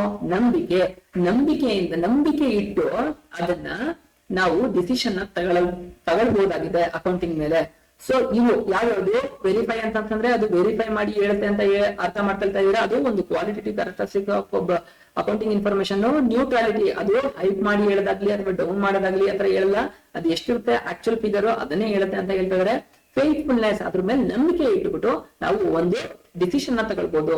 ಹಾಗಾಗಿ ಇಷ್ಟೆಲ್ಲವೂ ಒಂದು ಕ್ವಾಲಿಟೇಟಿವ್ ಕ್ಯಾರೆಕ್ಟರಿಸ್ಟಿಕ್ಸ್ ಆಫ್ ಬಿಸ್ನೆಸ್ ಏನೇನಿದೆ, ಅಕೌಂಟಿಂಗ್ ಇನ್ಫಾರ್ಮೇಶನ್ ಏನೇನ್ ಇದೆ ಅಂತ ಅಂದ್ಬಿಟ್ಟು ನಿಮ್ಗೆ ಕಂಪ್ಲೀಟ್ ಆಗಿ ಈಗ ಅರ್ಥ ಆಯ್ತು ಅಂತ ಅನ್ಕೊಳ್ತೀನಿ. ಈಗ ನೆಕ್ಸ್ಟ್ ಟಾಪಿಕ್ ಗೆ ಹೋಗೋಣ. ಯಾವ್ದು ನೆಕ್ಸ್ಟ್ ಟಾಪಿಕ್? ನಿಮ್ಗೆ ಆಬ್ಜೆಕ್ಟಿವ್ ಆಫ್ ಅಕೌಂಟಿಂಗ್ ಮತ್ತೆ ರೋಲ್ ಆಫ್ ಅಕೌಂಟಿಂಗ್ ಅಂತ ಅನ್ನೋದು ಏನ್ ಹೇಳುತ್ತೆ ಮೀನಿಂಗ್ ಅನ್ನೋದನ್ನ ನೋಡೋಣ. ಈಗ ನಿಮ್ಗೆಲ್ಲರಿಗೂ ಅರ್ಥ ಆಗ್ತಾ ಇದೆ ಅಂತ ನಾನು ಅನ್ಕೊಳ್ತೀನಿ. ಸೊ ನಿಮ್ಗೆ ಏನಾದ್ರು ಸಪೋಸ್ ಸ್ಟಿಲ್ ಡೌಟ್ ಗಳು ಬರ್ತಾ ಇದೆ ಅಂತಂದ್ರೆ ಈಗ್ಲಿಂದಾನೇ ಕೀ ಪಾಯಿಂಟ್ ಮಾಡಿ ಒಂದ್ ಕಡೆ ಬರ್ದಿಟ್ಕೊಳ್ಳಿ. ಸೊ ನೀವು ಲಾಸ್ಟ್ ಅಲ್ಲಿ ಕಮೆಂಟ್ ಹಾಕ್ಬೇಕಾದ್ರೆ ನಿಮ್ಗೆ ಏನಾದ್ರು ಡೌಟ್ ಇತ್ತು ಅಂತಂದ್ರೆ ಕಮೆಂಟ್ ಮಾಡಿ ಇನ್ಫಾರ್ಮ್ ಮಾಡಿ, ನಾನು ನಿಮ್ಗೆ ಕ್ಲಾರಿಫಿಕೇಶನ್ ನ ಕೊಡ್ತೀವಿ. ಹಾಗಾದ್ರೆ ನಾವ್ ಈಗ ಏನ್ ನೋಡ್ದು? ಹಿಸ್ಟ್ರಿ ಆಫ್ ಅಕೌಂಟಿಂಗ್, ಹಿಸ್ಟ್ರಿ ಹೇಗ್ ಬೆಳೆದು ಬಂತು ಅಂತ ನೋಡಿದೀವಿ. ಅಕೌಂಟಿಂಗ್ ಅನ್ನೋದ್ರ ಮೀನಿಂಗ್ ನೋಡಿದೀವಿ, ಡೆಫಿನೇಷನ್ ನೋಡಿದೀವಿ, ಅದು ಏನ್ ಹೇಳುತ್ತೆ, ಅದನ್ನ ಏನನ್ನ ಎಕ್ಸ್ಪ್ರೆಸ್ ಮಾಡುತ್ತೆ ಅನ್ನೋದು ಹೇಳಿದೀವಿ. ಹಾಗೇನೆ ಅಕೌಂಟಿಂಗ್ ಇನ್ಫಾರ್ಮೇಶನ್ ನ ಯಾರ್ಯಾರು ಯೂಸ್ ಮಾಡ್ತಾರೆ ಅಂತ ಅಂದ್ಬಿಟ್ಟು ನೋಡಿದೀವಿ. ಇಂಟರ್ನಲ್ ಯೂಸರ್ಸ್, ಎಕ್ಸ್ಟರ್ನಲ್ ಯೂಸರ್, ಇಂಟರ್ನಲ್ಲಿ ಯಾರು ಯೂಸ್ ಮಾಡ್ತಾರೆ, ಎಕ್ಸ್ಟರ್ನಲ್ ಮತ್ತೆ ಒಳಗೆ ಯಾರು ಯೂಸ್ ಮಾಡ್ತಾರೆ ಅನ್ನೋದು ನೋಡಿದ್ವಿ. ಫೈನಲ್ ಆಗಿ ಕ್ವಾಲಿಟೇಟಿವ್ ಕ್ಯಾರೆಕ್ಟರಿಸ್ಟಿಕ್ಸ್ ಆಫ್ ಅಕೌಂಟಿಂಗ್, ಒಂದು ಅಕೌಂಟಿಂಗ್ ನ ಕ್ವಾಲಿಟೇಟಿವ್ ಕ್ಯಾರೆಕ್ಟರಿಸ್ಟಿಕ್ಸ್ ಗಳು ಏನೇನು ಅನ್ನೋದನ್ನ ಕಂಪ್ಲೀಟ್ ಆಗಿ ನೋಡಿದೀವಿ. ಈಗ ಒಂದು ಅಕೌಂಟಿಂಗ್ ನ ಆಬ್ಜೆಕ್ಟಿವ್ ಮತ್ತೆ ರೋಲ್ ಏನಿದೆ ಅನ್ನೋದನ್ನ ನೋಡೋಣ. ಆಬ್ಜೆಕ್ಟಿವ್ ಅಂತಂದ್ರೆ ಏನು? ಉದ್ದೇಶ. ಬರ್ಕೊಳ್ಳಿ, ನಿಮಗೆ ಅರ್ಥ ಆಗದೆ ಹೋದ್ರೆ ಕೇಳಿ. ಈಗ ಕನ್ನಡ ಮೀಡಿಯಂ ಸ್ಟೂಡೆಂಟ್ಸ್ ಗೆ ತುಂಬಾ ಸ್ಟ್ರಗಲ್ ಆಗ್ಬೋದು ಇನಿಷಿಯಲಿ. ನೀವು ಇಷ್ಟು ಸೋಫಾರ್ ನನಗೆ ಗೊತ್ತು, ನನಗೆ ಅರ್ಥ ಆಗುತ್ತೆ ಗೈಸ್. ನೀವು ಸೋಫಾರ್ ನೀವು ಕನ್ನಡ ಮೀಡಿಯಂ ಅಲ್ಲಿ ಓದಿರ್ತೀರಾ ಅಂತ ಅಂದ್ಬಿಟ್ಟು ಪ್ರತಿಯೊಂದು ಟರ್ಮಿನಾಲಜಿ ಒಂದು ಸಣ್ಣ ಪದಕ್ಕೂ ನಾನು ಯಾಕೆ ಕನ್ನಡದಲ್ಲಿ ಹೇಳ್ತೀನಿ ಅಂತಂದ್ರೆ ನಿಮ್ಮ ಮೈಂಡಿಗೆ ಹೋಗಿ ಸ್ಟೋರ್ ಆಗ್ಬಿಡ್ಲಿ, ಕ್ಲೀನ್ ಆಗಿ ಕುತ್ಕೊಳ್ಳಿ. ನಾನು ರಿಯಲಬಿಲಿಟಿ ಅಂತ ಹೇಳ್ಬಿಟ್ಟು ಸುಮ್ನಾಗ ಹೋಗ್ಬಿಟ್ಟಿದ್ರೆ ಆಗೋಗ್ತಿತ್ತು. ಅಂಡರ್ಸ್ಟ್ಯಾಂಡಬಿಲಿಟಿ ಅಂತಂದ್ರೆ ಅಂಡರ್ಸ್ಟ್ಯಾಂಡಬಲಿ ಅಂತ ಹೇಳ್ಬಿಟ್ಟು ಸುಮ್ನ ಆಗ್ಬಿಟ್ಟಿದ್ರೆ ಆಗ್ತಿತ್ತು. ಬಟ್ ನಾನು ಕನ್ನಡದಲ್ಲೇನೆ ಮೆನ್ಷನ್ ಯಾಕೆ ಮಾಡ್ತೀನಿ ಅಂದ್ರೆ ಕನ್ನಡದಲ್ಲಿ ಹೇಳಿದಾಗ ನಿಮ್ಗೆ 100% ಮೈಂಡ್ ಹೋಗುತ್ತೆ ಅನ್ನೋ ಒಂದು ಕಾನ್ಸೆಪ್ಟ್, ಒಂದು ಐಡಿಯಾದಲ್ಲಿ. ಈಗ ಉದ್ದೇಶಗಳೇನು? ಆಬ್ಜೆಕ್ಟಿವ್ ಆಫ್ ಅಕೌಂಟಿಂಗ್ ಏನು ಅಂತ ಹೇಳ್ತಾ ಇದ್ದಾರೆ. Maintenance of records of business transaction. ಒಂದು ಬಿಸ್ನೆಸ್ ಅಲ್ಲಿ ನಡೀತಕ್ಕಂತಹ ಟ್ರಾನ್ಸಾಕ್ಷನ್ ಗಳನ್ನ ರೆಕಾರ್ಡ್ ಮಾಡ್ತಕ್ಕಂತಹದ್ದು ಅಕೌಂಟಿಂಗ್ ನ ಮೇನ್ ಆಬ್ಜೆಕ್ಟಿವ್ ಆಗಿದೆ ಅಂತ ಅಂದ್ಬಿಟ್ಟು ಕೇಳ್ತಾರೆ. ಗೈಸ್ ನಿಮ್ಗೆ 2 ಮಾರ್ಕ್ಸ್ ಒಂದ್ ಏನಾದ್ರು ಕ್ವಶನ್ ಕೇಳಿದ್ರೆ what are the objectives of accounting ಅಂತ ಕೇಳಿದ್ರೆ ಒಂದ್ 4 ಪಾಯಿಂಟ್ ಬರೆದ್ರೆ ಸಾಕಾಗಿರುತ್ತೆ. ಓಕೆನಾ, ಈ ನಾಲ್ಕು ಪಾಯಿಂಟ್ ಗಳನ್ನ ಈಗಲೇ ಒಂದು ನೋಟ್ಸ್ ಅಲ್ಲಿ ಬರ್ಕೊಳ್ಳಿ. ಸೊ ನಿಮಗೆ ಕ್ವಶನ್ ಅವ್ರು ಏನಾದ್ರು ಎಕ್ಸಾಮ್ ಅಲ್ಲಿ ಅಥವಾ ಟೆಸ್ಟ್ ಅಲ್ಲಿ ಕೇಳಿದಾಗ ನಿಮ್ಗೆ ಈಸಿಯಾಗಿ ಆನ್ಸರ್ ಮಾಡಬಹುದು. 4 ಪಾಯಿಂಟ್ಸ್ ಗಳನ್ನ ನೀವು ನೆನಪಲ್ಲಿ ಇಟ್ಕೊಳಕ್ಕಾಗಲ್ಲ. ಆಬ್ಜೆಕ್ಟಿವ್ ಆಫ್ ಅಕೌಂಟಿಂಗ್ ಅಂತಂದ್ರೆ maintenance of records of the business transaction ಅಂತ ಬರೆದ್ರೆ ಸಾಕಾಗಿರುತ್ತೆ. ಎರಡನೇದು ಏನು, calculation of profit and loss. Business ಏನ್ ಮಾಡುತ್ತೆ, ಅಕೌಂಟಿಂಗ್ ಏನ್ ಮಾಡುತ್ತೆ, ಬಿಸ್ನೆಸ್ ಅಲ್ಲಿ ನಡ್ತಕ್ಕಂತಹ ಎಲ್ಲಾ ಇವೆಂಟ್ ಗಳನ್ನ ಯಾವ್ದು ರೆಕಾರ್ಡ್ ಗೆ ತಗೊಳ್ಬೇಕು ಅಂತ ಇವೆಂಟ್ ಗಳನ್ನ ಮೆನ್ಷನ್ ಮಾಡಿ ಅದು ಫೈನಾನ್ಷಿಯಲ್ ಸ್ಟೇಟ್ಮೆಂಟ್ ನ ಪ್ರಿಪೇರ್ ಮಾಡುತ್ತೆ. ಅದರಿಂದ ನಮ್ಮ ಬಿಸ್ನೆಸ್ ಪ್ರಾಫಿಟ್ ಅಲ್ಲಿ ಇದೆಯಾ ಲಾಸ್ ಅಲ್ಲಿ ಇದೆಯಾ ಅನ್ನೋದನ್ನ ಗೊತ್ತಾಗುತ್ತೆ. ಹಾಗಾಗಿ ಅಕೌಂಟಿಂಗ್ ನ ಮೇನ್ ಆಬ್ಜೆಕ್ಟಿವ್ ಇನ್ನೊಂದೇನು, ಪ್ರಾಫಿಟ್ ಆಗ್ತಿದ್ಯಾ ಅಥವಾ ಲಾಸ್ ಆಗ್ತಿದ್ಯಾ ಅಂತ ಅಂದ್ಬಿಟ್ಟು ಕ್ಯಾಲ್ಕುಲೇಟ್ ಮಾಡಂತದ್ ಆಗಿರುತ್ತೆ ಅಂತ ಹೇಳ್ತಾ ಇದಾರೆ. ಅದಾದ್ಮೇಲೆ description of financial position. Financial position ಈ 3ನೇ ಟಾಪ್ ಪಾಯಿಂಟ್ ಏನ್ ಹೇಳುತ್ತೆ, ಈಗ ಇವತ್ತು ಎಷ್ಟು ಪ್ರಾಫಿಟ್ ಮಾಡ್ತಾ ಇದೆ, ಹಿಂದ್ಗಡೆ ಎಷ್ಟು ಪ್ರಾಫಿಟ್ ಆಯ್ತು, ಮುಂದೆ ಏನು ಪ್ರಾಫಿಟ್ ಮಾಡಬಹುದು, ಫೈನಾನ್ಷಿಯಲ್ ಪೊಸಿಷನ್ ಏನಿದೆ ಅಂದ್ಬಿಟ್ಟು ಒಂದು ಬಿಸ್ನೆಸ್ ಆಗಿರ್ಬೋದು, ಒಂದು ಕಾರ್ಪೊರೇಟ್ ಆಗಿರ್ಬೋದು, ಅದ್ರದ್ದು ಫೈನಾನ್ಷಿಯಲ್ ಪೊಸಿಷನ್ ಯಾವ ತರ ಇದೆ ಅಂತ ಅಂದ್ಬಿಟ್ಟು ಅದು ಎಕ್ಸ್ಪ್ರೆಸ್ ಮಾಡುತ್ತೆ. ಡಿಸ್ಕ್ರಿಪ್ಷನ್ ಅಂತಂದ್ರೆ ಎಕ್ಸ್ಪ್ರೆಸ್ ಮಾಡುತ್ತೆ, ಹೇಳುತ್ತೆ ಅಂತ ಅಂದ್ಬಿಟ್ಟು ಫೈನಾನ್ಷಿಯಲ್ ಪೊಸಿಷನ್ ಯಾವ ತರ ಇದೆ ಅಂತ ಅಂದ್ಬಿಟ್ಟು ಹೇಳುತ್ತೆ. ಅದು ಆಬ್ಜೆಕ್ಟಿವ್ ಆಫ್ ಅಕೌಂಟಿಂಗ್ ನ ಅದು ಒಂದು ಅಕೌಂಟಿಂಗ್ ನ ಆಬ್ಜೆಕ್ಟಿವ್ ಆಗಿದೆ ಅಂತ ಹೇಳ್ತಾ ಇದೆ. 4ನೇ ಪಾಯಿಂಟ್ ಯಾವುದು, providing on accounting information to its user. Accounting information ಯಾವ ವ್ಯಕ್ತಿಗಳಿಗೆ ಬೇಕಾಗುತ್ತೆ ಅವರಿಗೆ ಕೊಡುತ್ತೆ ಅಂತ ಹೇಳ್ತಾ ಇದೆ. ನಾವಾಗ್ಲೇ ಅರ್ಥ ಮಾಡ್ಕೊಂಡಿದ್ದೀವ ಇಂಟರ್ನಲಿ ಯಾರು ಮತ್ತೆ ಎಕ್ಸ್ಟರ್ನಲಿ ಯಾರು ಅಂತ. ಈಗಾಗಲೇ ಅಕೌಂಟಿಂಗ್ ಇನ್ಫಾರ್ಮೇಶನ್ ಯಾರನ್ನ ತಿಳ್ಕೊಳ್ತಾರೆ, ಯಾರಿಗೆ ಬೇಕಾಗಿರುತ್ತೆ ಅನ್ನೋದನ್ನ ನಾವು ಈಗಾಗಲೇ ಕಲ್ತ್ಕೊಂಡಿದ್ವಿ. ಸೊ ಗೈಸ್ ಇದಾಗಿತ್ತು ಆಬ್ಜೆಕ್ಟಿವ್ ಆಫ್ ಅಕೌಂಟಿಂಗ್. ಒಂದು ಬಿಸ್ನೆಸ್ ನ ಅದು ಅಕೌಂಟಿಂಗ್ ಉದ್ದೇಶ ಏನಾಗಿತ್ತು ಅಂತ ಅಂದ್ಬಿಟ್ಟು. ಹಾಗಾದ್ರೆ ಉದ್ದೇಶ ಏನಂತ ಗೊತ್ತಾಯ್ತು, ಅದ್ರ ರೋಲ್ ಏನು ಅಂತ ಅಂದ್ಬಿಟ್ಟು ಈಗ ನೋಡೋಣ. ರೋಲ್ ಅಂತಂದ್ರೆ ಏನು, ರೋಲ್ ಅಂತ ಅನ್ನೋದಕ್ಕೆ ನೀವು ಅದ್ರದ್ದು ಪ್ರಾಮುಖ್ಯತೆ ಅಥವಾ ಅದು ಏನನ್ನ ಹೇಳುತ್ತೆ, ರೋಲ್ ಅದು ಏನ್ ರೋಲ್ ಪ್ಲೇ ಮಾಡುತ್ತೆ ಅನ್ನೋದನ್ನ ನಾವು ತಿಳ್ಕೊಳ್ತಾ ಹೋಗೋಣ. ಅಕೌಂಟಿಂಗ್ ನಾನು ಆಗ್ಲೇ ಹೇಳಿದೀನಿ, what you mean by accounting ಅಂತಂದ್ರೆ ತುಂಬಾ ಸಣ್ಣದಾಗಿ ಬಿಡ್ತಿರ್ಬೇಕು ಅಂತಂದ್ರೆ accounting is the language of business ಅಂತ ಹೇಳಿದೀನಿ. ಅಕೌಂಟಿಂಗ್ ಅಂತ ಅನ್ನೋದು ಒಂದು ಬಿಸ್ನೆಸ್ ನ ಲ್ಯಾಂಗ್ವೇಜ್ ಆಗಿದೆ. ನಾವ್ ಹೇಗೆ ಬೇರೆ ಬೇರೆ ಲ್ಯಾಂಗ್ವೇಜ್ ಅಲ್ಲಿ ಮಾಡ್ತಾ ಇರ್ತೀವಿ, ಬಿಸ್ನೆಸ್ ನಲ್ಲಿ ಫೈನಾನ್ಷಿಯಲ್ ಪೊಸಿಷನ್ ಗೊತ್ತಾಗ್ಬೇಕು ಅಂತಂದ್ರೆ ಅದನ್ನ ಒಂದು ರೆಕಾರ್ಡ್ ಮಾಡ್ಬೇಕು. ಅದನ್ನ ಯಾವ ಟರ್ಮಿನಾಲಜಿಲಿ ರೆಕಾರ್ಡ್ ಮಾಡ್ತಾರೆ ಅಂದ್ರೆ ಎಕ್ಸ್ಪ್ರೆಸ್ ಮಾಡ್ತಾರೆ, ಅಂದ್ರೆ ಅಕೌಂಟಿಂಗ್ ಅಲ್ಲಿ ಅದನ್ನ ಎಕ್ಸ್ಪ್ರೆಸ್ ಮಾಡ್ತಾರೆ. ಹಾಗಾಗಿ ಆ ಲ್ಯಾಂಗ್ವೇಜ್ ಅಕೌಂಟಿಂಗ್ ಅನ್ನೋದು ಒಂದು ಬಿಸ್ನೆಸ್ ನ ಲ್ಯಾಂಗ್ವೇಜ್ ಆಗಿದೆ ಅಂತ ಹೇಳ್ತಾರೆ. ಹಿಸ್ಟಾರಿಕಲ್ ರೆಕಾರ್ಡ್ಸ್ ಅಂತಂದ್ರೇನು, ಪಾಸ್ಟ್ ಈಗ ಟಾಟಾ ಗ್ರೂಪ್ ಆಫ್ ಕಂಪನೀಸ್ ಎಲ್ಲ ಮೋರ್ ದ್ಯಾನ್ 100 years ಇಂದ ಬಿಸ್ನೆಸ್ ನ ಮಾಡ್ತಾ ಬರ್ತಾ ಇದೆ. ಅವು ಫಸ್ಟ್ ಇಯರ್ ಇಂದ ಹಿಡಿದು 100 ವರ್ಷ ಆಗೋ ತನಕ ಏನೇನ್ ಟ್ರಾನ್ಸಾಕ್ಷನ್ ಮಾಡ್ತು ಅಂತ ಅಂದ್ಬಿಟ್ಟು ಪಾಸ್ಟ್ ಹಿಸ್ಟ್ರಿಯಲ್ಲಿ ಏನೇನ್ ರೆಕಾರ್ಡ್ ಮೇಂಟೈನ್ ಮಾಡಿತ್ತಲ್ಲ ಅದನ್ನೆಲ್ಲ ಕೇಳುತ್ತೆ. ಅದು ರೋಲ್ ಆಫ್ ಅಕೌಂಟಿಂಗ್ ಆಗಿದೆ ಅಂತ ಹೇಳ್ತಾರೆ. ಕರೆಂಟ್ ಎಕನಾಮಿಕ್ ರಿಯಾಲಿಟಿ, ಇವತ್ತಿನ ಎಕಾನಮಿಗೆ ಸಂಬಂಧಪಟ್ಟಂಗೆ ಅದು ಫೈನಾನ್ಷಿಯಲ್ ಸ್ಟೇಟ್ಮೆಂಟ್ ನ ತಯಾರಿಸೋದ್ರಿಂದ ಪ್ರಸ್ತುತವಾಗಿರುತ್ತೆ ಅಂತ ನಾವ್ ಈಗಾಗಲೇ ತಿಳ್ಕೊಂಡಿದೀವಿ. ಕರೆಂಟ್ ಎಕಾನಮಿಕ್ಗೆ ಅದು ಸೂಟಬಲ್ ಆಗಂತದ್ದು ಇರುತ್ತೆ. ಕರೆಂಟ್ ಎಕಾನಮಿಲಿ ಹೇಗೆ ಟ್ರಾನ್ಸಾಕ್ಷನ್ ನಡೀತಾ ಇರುತ್ತೆ ಅದಕ್ಕೆ ಸಂಬಂಧಪಟ್ಟಿದ್ದಾಗಿರುತ್ತೆ, ಅದು ರೋಲ್ ಆಫ್ ಅಕೌಂಟಿಂಗ್ ಆಗಿರುತ್ತೆ. ಇನ್ಫಾರ್ಮೇಶನ್ ಸಿಸ್ಟಮ್ ಅದೊಂದು ಆಗ್ಲೇ ಏನಂತ ಹೇಳಿದೀವಿ, ಅಕೌಂಟಿಂಗ್ ಇಸ್ ಏನಂತ ಒಂದು ಟರ್ಮಿನಾಲಜಿನ ನಾವು ಈಗಾಗಲೇ ಕಲ್ತ್ಕೊಂಡಿದ್ವಿ. Accounting as a source of information, ಹೇಗೆ ಒಂದು ಸೋರ್ಸ್ ಅಂತ ನಾವು ಕನ್ಸಿಡರ್ ಮಾಡ್ತೀವಲ್ಲ ಹಾಗೇನೆ ಅದೊಂದು ಇನ್ಫಾರ್ಮೇಶನ್ ನ ತುಂಬಿರ್ತಕ್ಕಂತಹ ಅದೊಂದು ಸಿಸ್ಟಮ್ ಆಗಿದೆ, ಅದು ರೋಲ್ ಆಫ್ ಅಕೌಂಟಿಂಗ್ ಆಗಿದೆ ಅಂತ ಅಂದ್ಬಿಟ್ಟು ಹೇಳ್ತಾ ಇದಾರೆ. ಫೈನಲ್ ಆಗಿ user to serve to users, ಅದ್ ಏನ್ ಮಾಡ್ತಾರೆ, ಫೈನಾನ್ಷಿಯಲ್ ಸ್ಟೇಟ್ಮೆಂಟ್ ನ ಪ್ರತಿ ವರ್ಷ ನಾವು ಪಬ್ಲಿಷ್ ಮಾಡ್ತಾ ಬರುತ್ತೆ. ಅಕೌಂಟಿಂಗ್ ಲ್ಯಾಂಗ್ವೇಜ್ ಅಲ್ಲಿ ಅದು ಎಕ್ಸ್ಪ್ರೆಸ್ ಆಗುತ್ತೆ. ಸೊ ಅದು ಯೂಸರ್ಸ್ಗೆ ಇನ್ಫಾರ್ಮೇಶನ್ ಅನುಕೂಲ ಆಗುತ್ತೆ. ಯಾರು ಇನ್ವೆಸ್ಟ್ ಮಾಡ್ತಾರೆ ಅಥವಾ ಕ್ರೆಡಿಟರ್ಸ್ ಯಾರ್ಯಾರು ಇರ್ತಾರೆ, ಅದಕ್ಕೆ ಲೋನ್ ಕೊಡತಕ್ಕಂತವ್ರು ಯಾರಾಗಿರ್ತಾರೆ ಅವ್ರಿಗೆಲ್ಲರಿಗೂ ಇಂಟರ್ನಲ್ ಆಗಿರ್ಬೋದು ಎಕ್ಸ್ಟರ್ನಲ್ ಆಗಿರ್ಬೋದು ಅವ್ರಿಗೆಲ್ಲ ಅಕೌಂಟಿಂಗು ಇನ್ಫಾರ್ಮೇಶನ್ ಶೇರ್ ಆಗುತ್ತೆ. ಇಷ್ಟ ಎಲ್ಲವೂ ರೋಲ್ ಆಫ್ ಅಕೌಂಟಿಂಗ್ ಆಗಿರುತ್ತೆ. ಹಾಗೆ ಮೇಲ್ಗಡೆ ಏನ್ ಕಾಣಿಸ್ತಾ ಇದಾರೆ ಡಿಸ್ಪ್ಲೇ, ಅದು ಆಬ್ಜೆಕ್ಟಿವ್ ಉದ್ದೇಶ ಆಗಿರುತ್ತೆ. ಈಗ ಗೈಸ್ ನಿಮ್ಗೆ ಏನೇನ್ ಗೊತ್ತಾಯ್ತು, ಈಗ ಕಂಪ್ಲೀಟ್ ಆಗಿ ಒಂದು ರೌಂಡ್ ಕ್ವಿಕ್ ರಿವಿಷನ್ ನ ಮಾಡ್ಬಿಡೋಣ. ಏನನ್ನ ನಾವು ಕಲ್ತು ಅಂತ ಅಂದ್ಬಿಟ್ಟು. ಸಿಗೈತೆ ಅಕೌಂಟಿಂಗ್ ಅನ್ನೋದು ಹೇಗೆಲ್ಲ ಡೆವಲಪ್ ಆಯ್ತು ಅಂತ ಅಂದ್ಬಿಟ್ಟು ಈ ಚಾಪ್ಟರ್ ಅಲ್ಲಿ ನಿಮಗೆ ಎಷ್ಟು ಮಾರ್ಕ್ಸ್ ಬರುತ್ತೆ ಅನ್ನೋದು 4 ಮಾರ್ಕ್ಸ್ ಬರುತ್ತೆ. ಪಾರ್ಟ್ ABCD ಯಾವ್ಯಾವ ತರ ಬರುತ್ತೆ ಅನ್ನೋದನ್ನ ನಾನು ಈಗಾಗಲೇ ಎಕ್ಸ್ಪ್ಲೈನ್ ಮಾಡಿದ್ದೀನಿ. ಅದಾದ್ಮೇಲೆ ಏನಂತಂದ್ರೆ ಅದು ಹೇಗೆ ಪ್ರಸ್ತುತವಾಗಿರುತ್ತೆ, ಅಕೌಂಟಿಂಗ್ ಇನ್ಫಾರ್ಮೇಶನ್ ಯಾರ್ಯಾರಿಗೆ ನಮ್ಮ ಡೈಲಿ ಲೈಫ್ ಅಲ್ಲಿ ಹೇಗೆ ನಾವು ಅಕೌಂಟಿಂಗ್ ನ ನಮಗೆ ಗೊತ್ತಿಲ್ಲದೇ ನಮ್ಮ ಅಕೌಂಟಿಂಗ್ ಟ್ರಾನ್ಸಾಕ್ಷನ್ ಗಳು ಹೇಗೆ ನಡೀತಾ ಇರುತ್ತೆ ಅಂತ ತಿಳ್ಕೊಂಡಿದ್ದೀವಿ. ಇದಕ್ಕೆ ಸಂಬಂಧಪಟ್ಟಂಗೆ ಅಕೌಂಟಿಂಗ್ ಸಂಬಂಧಪಟ್ಟಂಗೆ ಹಿಸ್ಟ್ರಿ ಏನಾಯ್ತು, ಅದಕ್ಕೆ ಸಂಬಂಧಪಟ್ಟಂಗೆ ಹೇಗೆ ಡೆವಲಪ್ಮೆಂಟ್ ಗಳು ಆಗ್ತಾ ಹೋಯ್ತು, ವರ್ಲ್ಡ್ ಅಲ್ಲಿ ಏನಾಯ್ತು, ನಮ್ಮ ಇಂಡಿಯಾದಲ್ಲಿ ಹೇಗಾಯ್ತು ಅದನ್ನ ಕಂಪ್ಲೀಟ್ ಆಗಿ ಈಗಾಗಲೇ ತಿಳ್ಕೊಂಡಿದೀವಿ. ಫಾದರ್ ಆಫ್ ಅಕೌಂಟಿಂಗ್ ಆಗಿರ್ಬೋದು, ಫಾದರ್ ಆಫ್ ಇಂಡಿಯನ್ ಅಕೌಂಟಿಂಗ್ ಆಗಿರ್ಬೋದು ಯಾರು ಅಂತ ತಿಳ್ಕೊಂಡಿದೀವಿ. ಅದಾದ್ಮೇಲೆ ಮೀನಿಂಗ್ ಆಫ್ ಅಕೌಂಟಿಂಗ್ ಮೀನಿಂಗ್ ಏನ್ ಹೇಳುತ್ತೆ ಅಂತ ಅಂದ್ಬಿಟ್ಟು ಕಂಪ್ಲೀಟ್ ಆಗಿ ಒಂದೊಂದು ಪದಗಳನ್ನು ಐಡೆಂಟಿಫಿಕೇಶನ್ ಅಂದ್ರೇನು, ಐಡೆಂಟಿಫೈಯಿಂಗ್, ಮೆಷರಿಂಗ್ ಅಂದ್ರೇನು, ರೆಕಾರ್ಡಿಂಗ್ ಅಂದ್ರೇನು, ಕ್ಲಾಸಿಫೈಯಿಂಗ್ ಅಂತ ಅಂದ್ಬಿಟ್ಟು ಕಂಪ್ಲೀಟ್ ಆಗಿ ಇನ್ಫಾರ್ಮೇಶನ್ ತಿಳ್ಕೊಂಡಿದೀವಿ. ಎಕನಾಮಿಕ್ ಈವೆಂಟ್ ಅಂತ ಅಂದ್ರೇನು, ಎಕನಾಮಿಕ್ ಈವೆಂಟ್ ಅಲ್ಲಿ ಏನೇನೆಲ್ಲ ಬರುತ್ತೆ ಅನ್ನೋದನ್ನ ತಿಳ್ಕೊಂಡಿದೀವಿ. ಹಾಗೆ ಅಕೌಂಟಿಂಗ್ ಸೋರ್ಸ್ ಆಫ್ ಇನ್ಫಾರ್ಮೇಶನ್, ಯಾರ್ಯಾರಿಗೆ ಅಕೌಂಟಿಂಗ್ ಇನ್ಫಾರ್ಮೇಶನ್ ಯೂಸ್ ಆಗುತ್ತೆ, ಇಂಟರ್ನಲ್ ಯೂಸರ್ಸ್ ಯಾರು, ಎಕ್ಸ್ಟರ್ನಲ್ ಯೂಸರ್ಸ್ ಯಾರು ಅನ್ನೋದನ್ನ ತಿಳ್ಕೊಂಡಿದೀವಿ. Qualitative characteristics of accounting information, accounting information ನ ಕ್ವಾಲಿಟೇಟಿವ್ ಕ್ಯಾರೆಕ್ಟರಿಸ್ಟಿಕ್ಸ್ ಏನೇನು ಅನ್ನೋದನ್ನ ಕಂಪ್ಲೀಟ್ ಆಗಿ ನೋಡ್ತೀವಿ. ಹಾಗೆ ಒಂದು ಅಕೌಂಟಿಂಗ್ ನ ಉದ್ದೇಶಗಳು ಏನು, ಅದು ಯಾವ ತರ ರೋಲ್ ನ ಪ್ಲೇ ಮಾಡುತ್ತೆ ಅಕೌಂಟಿಂಗ್, ಅದ್ರ ರೋಲ್ ಏನು ಅನ್ನೋದನ್ನ ಕಂಪ್ಲೀಟ್ ಆಗಿ ಇವತ್ತಿನ ಕ್ಲಾಸ್ ಅಲ್ಲಿ ತಿಳ್ಕೊಂಡಿದೀವಿ ಗಾಯ್ಸ್. ಸ್ಟಿಲ್ ನಿಮ್ಗೆ ಏನಾದ್ರು ಡೌಟ್ ಇದೆ ಅಂತಂದ್ರೆ ಕಮೆಂಟ್ ಮಾಡಿ ಕೇಳಿ. ಹಾಗೆ ವಾಟ್ಸ್ಆಪ್ ಗ್ರೂಪ್ ಗಳನ್ನ ಜಾಯಿನ್ ಮಾಡಿದ್ದೀನಿ, ಕ್ರಿಯೇಟ್ ಮಾಡಿದ್ದೀನಿ, ಅದರಲ್ಲಿ ಡಿಸ್ಕ್ರಿಪ್ಷನ್ ಕೊಟ್ಟಿದ್ದೀನಿ. ಟೆಲಿಗ್ರಾಮಿಗೆ ಜಾಯಿನ್ ಆಗಿ ನಿಮ್ಗೆ ಏನೇ ಡೌಟ್ ಗಳು ಬಂತು ಅಂತಂದ್ರು ಕೇಳಿ. ಹಾಗೆ ಈ ಚಾಪ್ಟರ್ ಗೆ ಸಂಬಂಧಪಟ್ಟಂತಹ ಟೆಕ್ಸ್ಟ್ ಬುಕ್ ಏನಿದೆಯಲ್ಲ, NCERT ಟೆಕ್ಸ್ಟ್ ಬುಕ್ ಲಿಂಕ್ ಕೂಡ ಕೆಳಗೆ ಕೊಟ್ಟಿದ್ದೀನಿ, ನೀವು ಡೌನ್ಲೋಡ್ ಮಾಡ್ಕೊಳ್ಬಹುದು. ಪ್ರಿಂಟ್ ಔಟ್ ತೆಗೆದಿರ್ಕೊಳ್ಳಿ. ಈಗ ಕುತ್ಕೊಂಡು ನೀವ್ ಏನ್ ಮಾಡ್ಬೇಕು ಅಂತಂದ್ರೆ ನಾನು ಏನು ಎಕ್ಸ್ಪ್ಲೈನ್ ಮಾಡಿದ್ದೀನಲ್ಲ 5 ಮಿನಿಟ್ಸ್ ಅಲ್ಲಿ ನೀವು ಒಂದ್ ಕಡೆ ಕುತ್ಕೊಂಡು ಕ್ವಿಕ್ ಆಗಿ ರಿವಿಷನ್ ಮಾಡಿ ಟೆಕ್ಸ್ಟ್ ಬುಕ್ ನ ತೆಗೆದು ನೋಡಿ, 100% ಮೈಂಡ್ ಗೆ ಹೊಟ್ಟೋಗ್ಬಿಡುತ್ತೆ. ಅರ್ಥ ಆಯ್ತಾ? ಇಷ್ಟೇ ಅಂತ ಇವತ್ತಿನ ಈ ಸೆಷನ್, ಈ ಲೆಕ್ಚರ್ ಮುಗಿಸೋಣ. ಮತ್ತೇನೆ ಈ ಚಾಪ್ಟರ್ ಅಲ್ಲಿ ಬೇರೆ ಬೇರೆ ಟರ್ಮಿನಾಲಜಿಗಳಿದೆ. ಇದು ಇಂಟ್ರೊಡಕ್ಷನ್ ಅಲ್ಲ, ನಿಮ್ಗೆ ಯಾವ್ಯಾವ್ದು ಕ್ಯಾಪಿಟಲ್ ಅಂದ್ರೇನು, ಇನ್ವೆಸ್ಟ್ಮೆಂಟ್ ಅಂದ್ರೇನು, ಗೇನ್ ಅಂದ್ರೇನು, ಪ್ರಾಫಿಟ್ ಅಂತ ಅಂದ್ರೇನು, ಡಿಪ್ರಿಸಿಯೇಷನ್ ಅಂತ ಅಂದ್ರೇನು, ಫಿಕ್ಸ್ಡ್ ಅಸೆಟ್ಸ್ ಅಂತ ಅಂದ್ರೆ ಹೀಗೆ ಡಿಫರೆಂಟ್ 20 ಟರ್ಮಿನಾಲಜಿಗಳು ಏನೇನನ್ನ ಎಕ್ಸ್ಪ್ರೆಸ್ ಮಾಡುತ್ತೆ ಅನ್ನೋದನ್ನ ನೆಕ್ಸ್ಟ್ ನಾವು ಕ್ಲಾಸ್ ಅಲ್ಲಿ ತಿಳ್ಕೊಳ್ಳೋಣ. ಸೊ ಅಲ್ಲಿ ತನಕ ಮತ್ತೆ ರಿವಿಷನ್ ಮಾಡಿ ನೆಕ್ಸ್ಟ್ ಕ್ಲಾಸಿಗೆ ಬನ್ನಿ.